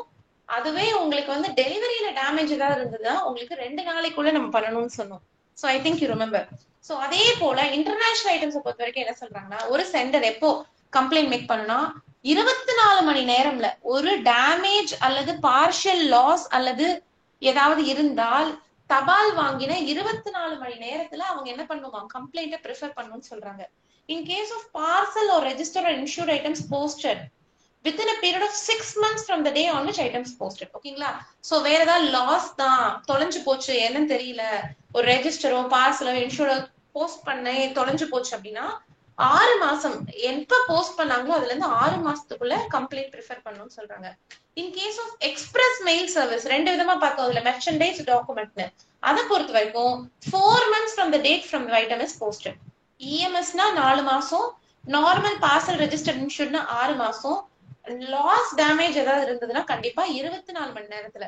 சோ இதை தாண்டி வரக்கூடிய எந்த கம்ப்ளைண்ட்டுக்கும் காம்பன்சேஷன் நம்ம ப்ரிஃபர் பண்ண மாட்டோம். ஓகேங்களா? சோ அடுத்தது நம்ம பார்க்க போறது என்னன்னு பாத்தீங்கன்னா ரெகுலேஷன் நம்பர் 80 நம்ம பார்க்க போறோம். சோ இதுல என்ன இருக்கும்னா, no compensation to be paid in certain cases. எப்பெல்லாம் நம்ம காம்பன்சேஷன் கொடுக்க மாட்டோம், இதுக்கு முன்னாடி பார்த்ததேதான். அதாவது அனுப்புனருடைய அவரோட தவறோ அலட்சியமா இருந்தோ அதை கொடுக்க மாட்டோம் அப்படின்னு நம்ம சொல்லுவோம். இதுக்கு முன்னாடி இன்டர்நேஷனல் பார்த்த ஒரு சில பாயிண்ட்ஸ் இதுல அப்படியே ரிப்பீட் பண்ணியிருப்பாங்க, அதனால நான் கொஞ்சம் குவிக்கா சொல்லிடுறேன். சோ லாஸோ டேமேஜோ அனுப்புறனுடைய தவறு அல்லது அலட்சியத்தினால ஏற்பட்டா அதுக்கு காம்பன்சேஷன் கிடையாது. இன்சூரன்ஸ்னா ஒரிஜினலா அதனுடைய மதிப்பை விட அதிகமான வேல்யூவை இன்சூர் பண்ணி காம்பன்சேஷன் வாங்குறதுக்காகவே போட்டாங்கன்னா அதுக்கு கிடையாது. அதே மாதிரி அந்த ஐட்டம் வந்து உடனே நமக்கு சொல்லாம ரொம்ப காலம் தாழ்த்தி இந்த காம்பன்சேஷனுக்கான கிளைம் இருந்தாலும் கிடையாது. அண்ட் அதே மாதிரி 6 மாசத்துக்குள்ள போஸ்ட் பண்ண 6 மாசத்துக்குள்ள அதை பத்தின இன்டிமேஷனை சொல்லாம அதுக்கப்புறம் நம்ம கிட்ட வந்து பண்ணாலும் அதற்கான காம்பன்சேஷன் நம்மளால ப்ராசஸ் பண்ணி கொடுக்க இயலாது. அடுத்தது இன்னும் இருக்கு, where the loss or abstraction was due to improper packing. Packing சரியா இல்லாததுனாலதான் அந்த லாஸ் ஏற்பட்டது அப்படின்னாலும் கிடையாது. அதே மாதிரி விசிபிள் டேமேஜ், கவர் சீல்ல பார்க்கும் போதே நல்லா டேமேஜ் தெரியுதுனாலும் கிடையாது. அண்ட் அதே மாதிரி ஏதாவது ஒரு நிலநடுக்கம் அல்லது போர் அதன் காரணமாக ஏதாவது பிரச்சனைனாலும் நம்மளால பண்ண முடியாது. அண்ட் பியாண்ட் கண்ட்ரோல், நம்மளுடைய கண்ட்ரோலை தாண்டி ஏதாவது நடக்குது, நம்மளுடைய ஏதாவது இயற்கை சீரழிவு அது மாதிரி வந்தாலும் கிடையாது. அண்ட் எந்த ஒரு தபால்ல தடை செய்யப்பட்ட பொருட்கள் இருந்து அதனால அந்த தபாலுக்கு ஏதாவது ஆனாலும் அதற்கும் காம்பன்சேஷன் என்பது கிடையாது. ஓகேங்களா? அதே மாதிரிதான் முன்னாடி பார்த்ததுதான், ஏதாவது ஒரு நாட்கள் வந்து ஏதோ ஒரு நாடு அதை பறிமுதல் செஞ்சாலும் கிடையாது. அண்ட் வந்து அந்த இன்சூர் பண்ணப்பட்ட தபால் வந்து டிஸ்ட்ராய் ஆயிடுச்சு, ஹோல்லி வேற ஏதோ ஒரு காரணத்தினால அது தொலைஞ்சு போச்சு அப்படின்னாலும் கிடையாது. ஓகேவா? சோ இந்த மாதிரி கண்டிஷன்ஸ்ல இன்டர்நேஷனல் ஐட்டம்ஸ் பொறுத்த வரைக்கும் காம்பன்சேஷன் என்பது கொடுக்கப்பட மாட்டாது. ஓகேங்களா? சோ அடுத்தது நம்ம ரெகுலேஷன் பார்க்க போறது என்னன்னா, regulation number 81, period of settlement of compensation. நம்ம ஏற்கனவே பார்த்ததுதான், அதையே கொஞ்சம் உங்களுக்கு மாடிஃபை பண்ணி கொடுத்துருப்பாங்க. சோ இதுல என்ன சொல்றாங்கன்னா, காம்பன்சேஷன் நம்ம ஏற்கனவே சொன்னதுதான், settle within period of 30 days, not exceeding 30 days. நம்ம பார்த்தோம், கிளைம் அப்ளிகேஷன் வந்து 30 நாளைக்குள்ள பார்க்கணும். இல்லைன்னா நம்ம என்ன சொன்னோம், அந்த டிலே எவ்வளவு இருக்கும் அத்தனைக்கும் இன்ட்ரெஸ்ட் போட்டு கொடுக்கணும், பிஓஎஸ்பி ரேட் போட்டு கொடுக்கணும். ஓகேங்களா? சோ இந்த இதுல வந்து வேலிட் ப்ரூஃப் கொடுத்து புக்கிங்கான எல்லா ரெக்வஸ்டும் முறையாக அந்த அட்மினிஸ்ட்ரேட்டிவ்னுடைய இன்ஸ்ட்ரக்ஷன் கைட்லைனின் படி எல்லாத்தையும் முறையாக கொடுத்து அதற்கான இழப்பீடை 30 நாட்களுக்குள்ளாக பெற்றுக்கொள்ளலாம் அப்படின்றதுதான் இந்த ரெகுலேஷன். சோ இது ஜெனரலா இருக்கும். அடுத்து ரெகுலேஷன் நம்பர் 82, இதுல என்ன சொல்றாங்கன்னா, இந்த காம்பன்சேஷனுக்காகவோ இல்ல ஒரு கம்ப்ளைண்ட் வந்து எப்படியெல்லாம் ஒரு கஸ்டமர் அப்படின்ற அட்ரஸையோ சென்டரோ வந்து பண்ணலாம் அப்படின்னா, ஒரு சென்டரோ அட்ரஸோ கம்ப்ளைண்ட் வந்து எப்படி எல்லாம் கொடுக்கலாம் அப்படின்னா, கம்ப்ளைண்ட் சஜஷன் புக் மூலியமாக கம்ப்ளைண்டை தெரிவிக்கலாம்ன்றாங்க. சோ இது வந்து எல்லா அலுவலகத்திலும் ஒர்க்கிங் ஹவர்ஸ்ல எல்லா அலுவலகத்திலும் இருக்கக்கூடிய ஒரு புக். அதனால கம்ப்ளைண்ட் சஜஷன் புக் மூலியமாக ஒருத்தர் தன்னுடைய கம்ப்ளைண்டை பதிவு செய்யலாம். அடுத்தது கம்ப்ளைண்ட்டுக்கு என்றே இருக்கக்கூடிய வெப் போர்ட்டல், போஸ்ட் ஆபீஸ்ல இருக்கக்கூடிய இந்த சிஆர்எம் போர்ட்டல் அப்படின்னு சொல்லுவோம், கஸ்டமர் ரிலேஷன்ஷிப் மேனேஜ்மெண்ட். சோ இந்த வெப் போர்ட்டல் மூலியமாக தன்னுடைய கம்ப்ளைண்ட் தன்னுடைய இதை பதிவு செய்யலாம். அல்லது ட்விட்டர் போன்ற இந்த சோசியல் மீடியா வெப்சைட்ஸ்லயும் தன்னோட கம்ப்ளைண்ட்டை பண்ணலாம். அல்லது நம்ம டிபார்ட்மெண்ட்ல கம்ப்ளைண்ட்ஸ்க்காகவே டோல் ஃப்ரீ நம்பர்ஸ் இதுக்காகவே கொடுத்துருக்காங்க, அதுல பண்ணலாம். அல்லது எழுத்துப்பூர்வமாக ஒரு ரிட்டன் கம்ப்ளைண்ட் கொடுத்தும் பண்ணலாம். சோ எப்படியெல்லாம் ஒரு கஸ்டமர் கம்ப்ளைண்ட் பண்றதுக்கான மெத்தட் என்னெல்லாம் இருக்குன்னு சொல்றதுதான் இது. ஓகேவா? அடுத்து நீங்க பாக்குறது என்னன்னா, ஒரு சிம்பிளான ஒரு ரெகுலேஷன் என்னன்னா, liability for compensation in force majeure circumstances. அப்படின்னா என்னன்னா, ஏதோ ஒரு தவிர்க்க முடியாத ஒரு தடுக்க முடியாத ஒரு சூழ்நிலையினால ஒரு தபால் டிலேவோ லாஸோ டிலே ஆகுது, ஒரு தாமதம் ஆகுது அப்படின்னா அதற்கு காம்பன்சேஷன் இழப்பீடு கொடுப்பதற்கு டிபார்ட்மெண்ட் போஸ்ட் வந்து கொடுக்க முடியாது. அதுக்கு அந்த ஃபோர்ஸ் மெஜோர் அப்படின்றதுக்கான அர்த்தம் என்னன்னா, ரொம்ப தவிர்க்க முடியாத ஏதோ ஒரு தடுக்க முடியாத ஒரு சூழ்நிலையினால நம்மளால கொடுக்க முடியலன்னா அதற்கு காம்பன்சேஷன் கிடையாது, இழப்பீடு கிடையாது. அடுத்தது என்னன்னா, suspension of restriction of transmission of items. இது என்ன சொல்றாங்கன்னா, ரொம்ப சிம்பிளான ஒரு விஷயம் தான். சோ ஒரு சர்க்கிள் ஹெட்டோ, ஒரு நம்ம தமிழ்நாடு சர்க்கிள்னுடைய ஹெட்டோ அல்லது ரீஜனலோட ஹெட்டோ எந்த டைம் வேணாலும் ஒரு குறிப்பிட்ட தபாலினுடைய ஒரு டைப்பை வந்து ஒரு கிளாஸ் ஆஃப் ஐட்டம் புக்கிங்ல இருந்தோ டெலிவரியில இருந்தோ அவங்களால நிறுத்தி வைக்க முடியும், சஸ்பெண்ட் பண்ணி வைக்கிறதுக்கான அதிகாரம் இருக்கு. ஐ ரிப்பீட், ஒரு சர்க்கிள் ஹெட் ஒரு ரீஜனல் ஹெட் எந்த டைம் வேணாலும் எந்த போஸ்ட் ஆபீஸ் அவரோட ஜூரிஸ்டிக்ஷன்ல அவரோட அதிகார எல்லைக்குள்ள இருக்கிற எந்த போஸ்ட் ஆபீஸ்ல வேணாலும் அக்செப்டன்ஸ் தபாலை ஒரு குறிப்பிட்ட ஒரு சில தபால் வந்து அக்செப்ட் பண்ணிக்கிறதையோ டெஸ்பாச் பண்றதையோ அதை அவரால் சஸ்பெண்ட் பண்ணி வைக்க முடியும், நிறுத்தி வைக்க ஒரு சில சூழ்நிலைகளால பண்ணி வைக்கக்கூடிய அதிகாரம் யாருக்கு இருக்குன்னா சர்க்கிள் ஹெட் அல்லது ரீஜனல் ஹெட்டுக்கு இருக்கு. அதை பத்தி சொல்றதுதான் இந்த உங்களுக்கு ரெகுலேஷன் நம்பர் 84. அடுத்து உங்களுக்கு ரெகுலேஷன் நம்பர் 85 எதை பத்தி சொல்லுதுன்னா manner of transmission of unaccountable items. அதாவது அந்த மாதிரி ரெஜிஸ்டர் போஸ்ட் இல்லாத சாதாரண தபால்களை அனுப்பும் முறை எந்தெந்த மாதிரி அனுப்பலாம்னு சொல்றாங்க. சோ இந்த மாதிரி அன்அக்கௌண்டபிள் சாதாரண தபால்கள், அதாவது ஆர்டினரி லெட்டர்ஸ் அப்படின்னு சொல்றோம் இல்லைங்களா, இதற்கு உங்களுக்கே தெரியும், இதுக்கு எந்த விதமான ரெக்கார்டும் கிடையாது, இதுக்கு எந்த விதமான ரெசிப்ட் கிடையாது, எந்த விதமான ரெக்கார்டும் கிடையாது. அதனால இந்த மாதிரியான அன்அக்கௌண்டபிள் ஐட்டம்ஸ் வந்து எந்த விதமான டைம் சென்சிட்டிவுமே கிடையாதுன்னு சொல்றாங்க. அதாவது இதற்கென்று இந்த டைம் ஃப்ரேம், இந்த டைமுக்குள்ள நம்ம கொண்டு போய் கொடுக்கணும் அப்படின்றதெல்லாம் கிடையாது. அதனால இருக்கிறதுலயே உங்களுக்கு சர்ஃபேஸ் டிரான்ஸ்போர்ட், அதாவது தரை வழியாக இந்த மாதிரியான டிரான்ஸ்போர்டேஷன்ல மட்டும்தான் அனுப்புவாங்க. சோ அதனால போஸ்ட் ஆபீஸ் என்ன பண்ணும் அப்படின்னா இருக்கிறதுலே என்ன சொல்றது, சிக்கனமான, செலவு குறைந்த, எஃபிஷியன்டா, காஸ்ட் எஃபெக்டிவான ஒரு மூவ்மெண்ட்ல தான் இந்த மாதிரி தபால்கள் அனுப்பும். அதாவது இருக்கக்கூடிய நம்ம கிட்ட ரிசோர்சஸ் வந்து உகந்த முறையில பயன்படுத்தும் விதமாக தான் இந்த அன்அக்கௌண்டபிள் ஆர்டிகல்ஸ் எல்லாத்தையுமே அனுப்பும் அப்படின்னு சொல்றோம். சோ இந்த மாதிரி அன்அக்கௌண்டபிள் ஆர்டிகல் பொறுத்த வரைக்கும் அதுக்கு கேரண்டீடு டெலிவரி அப்படிங்கிறது கேரண்டீட் நம்மளால பண்ண முடியாது. அண்ட் இதுக்கு எந்த விதமான இழப்பீடுமே நமக்கு கிடையாது அப்படின்றத சொல்றாங்க. சோ அன்அக்கௌண்டபிள் பொறுத்த வரைக்கும் இருக்கிறதுலே சிக்கனமான, உங்களுக்கு எது வந்து எஃபெக்டிவா இருக்குமோ அந்த முறையில தான் இருக்கணும்னு சொல்றாங்க. சோ இந்த மோட் ஆஃப் டிரான்ஸ்மிஷன் பொறுத்த வரைக்கும் இது எப்படி வந்து இது உறுதிப்படுத்துவாங்க அப்படின்னா வால்யூம், எவ்வளவு வந்து உங்களுக்கு அளவு இருக்கு, அண்ட் அதனுடைய எந்த ஊருக்கு போதோ அதனுடைய பரப்பளவு, ஜியோகிராபிக்கல் கவரேஜ், அண்ட் அதனுடைய எஃபிஷியன்சி. சோ இதையெல்லாம் பார்த்து மனசுல வச்சுதான் போஸ்ட் ஆபீஸ் வந்து இருக்கிறதுலயே ஒரு சிக்கனமான, ஒரு நிலையான டிரான்ஸ்போர்டேஷன் எதை கொடுக்க முடியுமோ அதை வந்து கொடுப்போம் அப்படின்னு சொல்றோம், அன்அக்கௌண்டபிள் ஐட்டம்ஸ். அடுத்தது நம்ம பார்க்க போறது என்னன்னா மோட் ஆஃப் டிரான்ஸ்மிஷன். எந்தெந்த மாதிரி மோடெல்லாம் அன்அக்கௌண்டபிள் ஐட்டம்ஸ் அனுப்புவோம்னா முதல்ல ரயில் டிரான்ஸ்போர்ட். சோ சாதாரண தபால் ரொம்ப லாங் டிஸ்டன்ஸா இருக்கு, ரொம்ப தூரம் அனுப்பணும் அப்படின்னா அதையெல்லாம் நம்ம ரயில் டிரான்ஸ்போர்ட்ல நம்ம அனுப்புவோம். அடுத்தது இன்ட்ரா சிட்டி, சிட்டிக்குள்ளதான் நம்ம அந்த தபால் அனுப்ப வேண்டியதா இருக்கு அப்படின்னா ரோடு மூலியமாக, உள்ளூருக்குள்ள அப்படின்னா நம்மளோட மெயில் மோட்டார் சர்வீஸ் அப்படின்னு சொல்லக்கூடிய அதையும், அதே மாதிரி கான்ட்ராக்சுவல் வெஹிக்கிள்ஸ், ஒப்பந்தத்தின் பேர்ல எடுக்கக்கூடிய வாகனம், இதையெல்லாம் வச்சு ரோட்ல வந்து நம்ம சிட்டிக்குள்ள எல்லாம் மெயின்டைன் பண்ணிக்கலாம்னு சொல்றோம். ஏர்லிஃப்டட், ஒரு சில குறிப்பிட்ட கேசஸ் அங்க ரயிலுக்கும் ரூட் இருக்காது, அந்த மாதிரி ஒரு சில கன்ஸ்ட்ரெயின்ட் இருக்கும் பொழுது மட்டும் அந்த மாதிரி ஒரு சில இடத்துக்கு மட்டும் என்ன பண்ணுவோம், ஏர்ல கூட நம்ம லிஃப்ட் பண்ணி சோ அந்த சிச்சுவேஷனுக்கு தகுந்த மாதிரி டிரான்ஸ்மிட் பண்ணுவோம். சோ அன்அக்கௌண்டபிள் ஆர்டிகல்ஸ் 3 விதமா அனுப்பலாம், ரயில், ரோட் அண்ட் ஏர், இது 3லயுமே போவோம். அண்ட் பேஸ்ட் ஆன் சிச்சுவேஷன், அந்த சூழ்நிலைக்கு உட்பட்டு அது போகக்கூடிய இடம் இதெல்லாம் பொறுத்து இதை வந்து டிபார்ட்மெண்ட் வந்து டிசைட் பண்ணும். ஓகேவா? சோ அடுத்து நம்ம இந்த சாப்டர்னுடைய last regulation, treatment of counterfeit currency.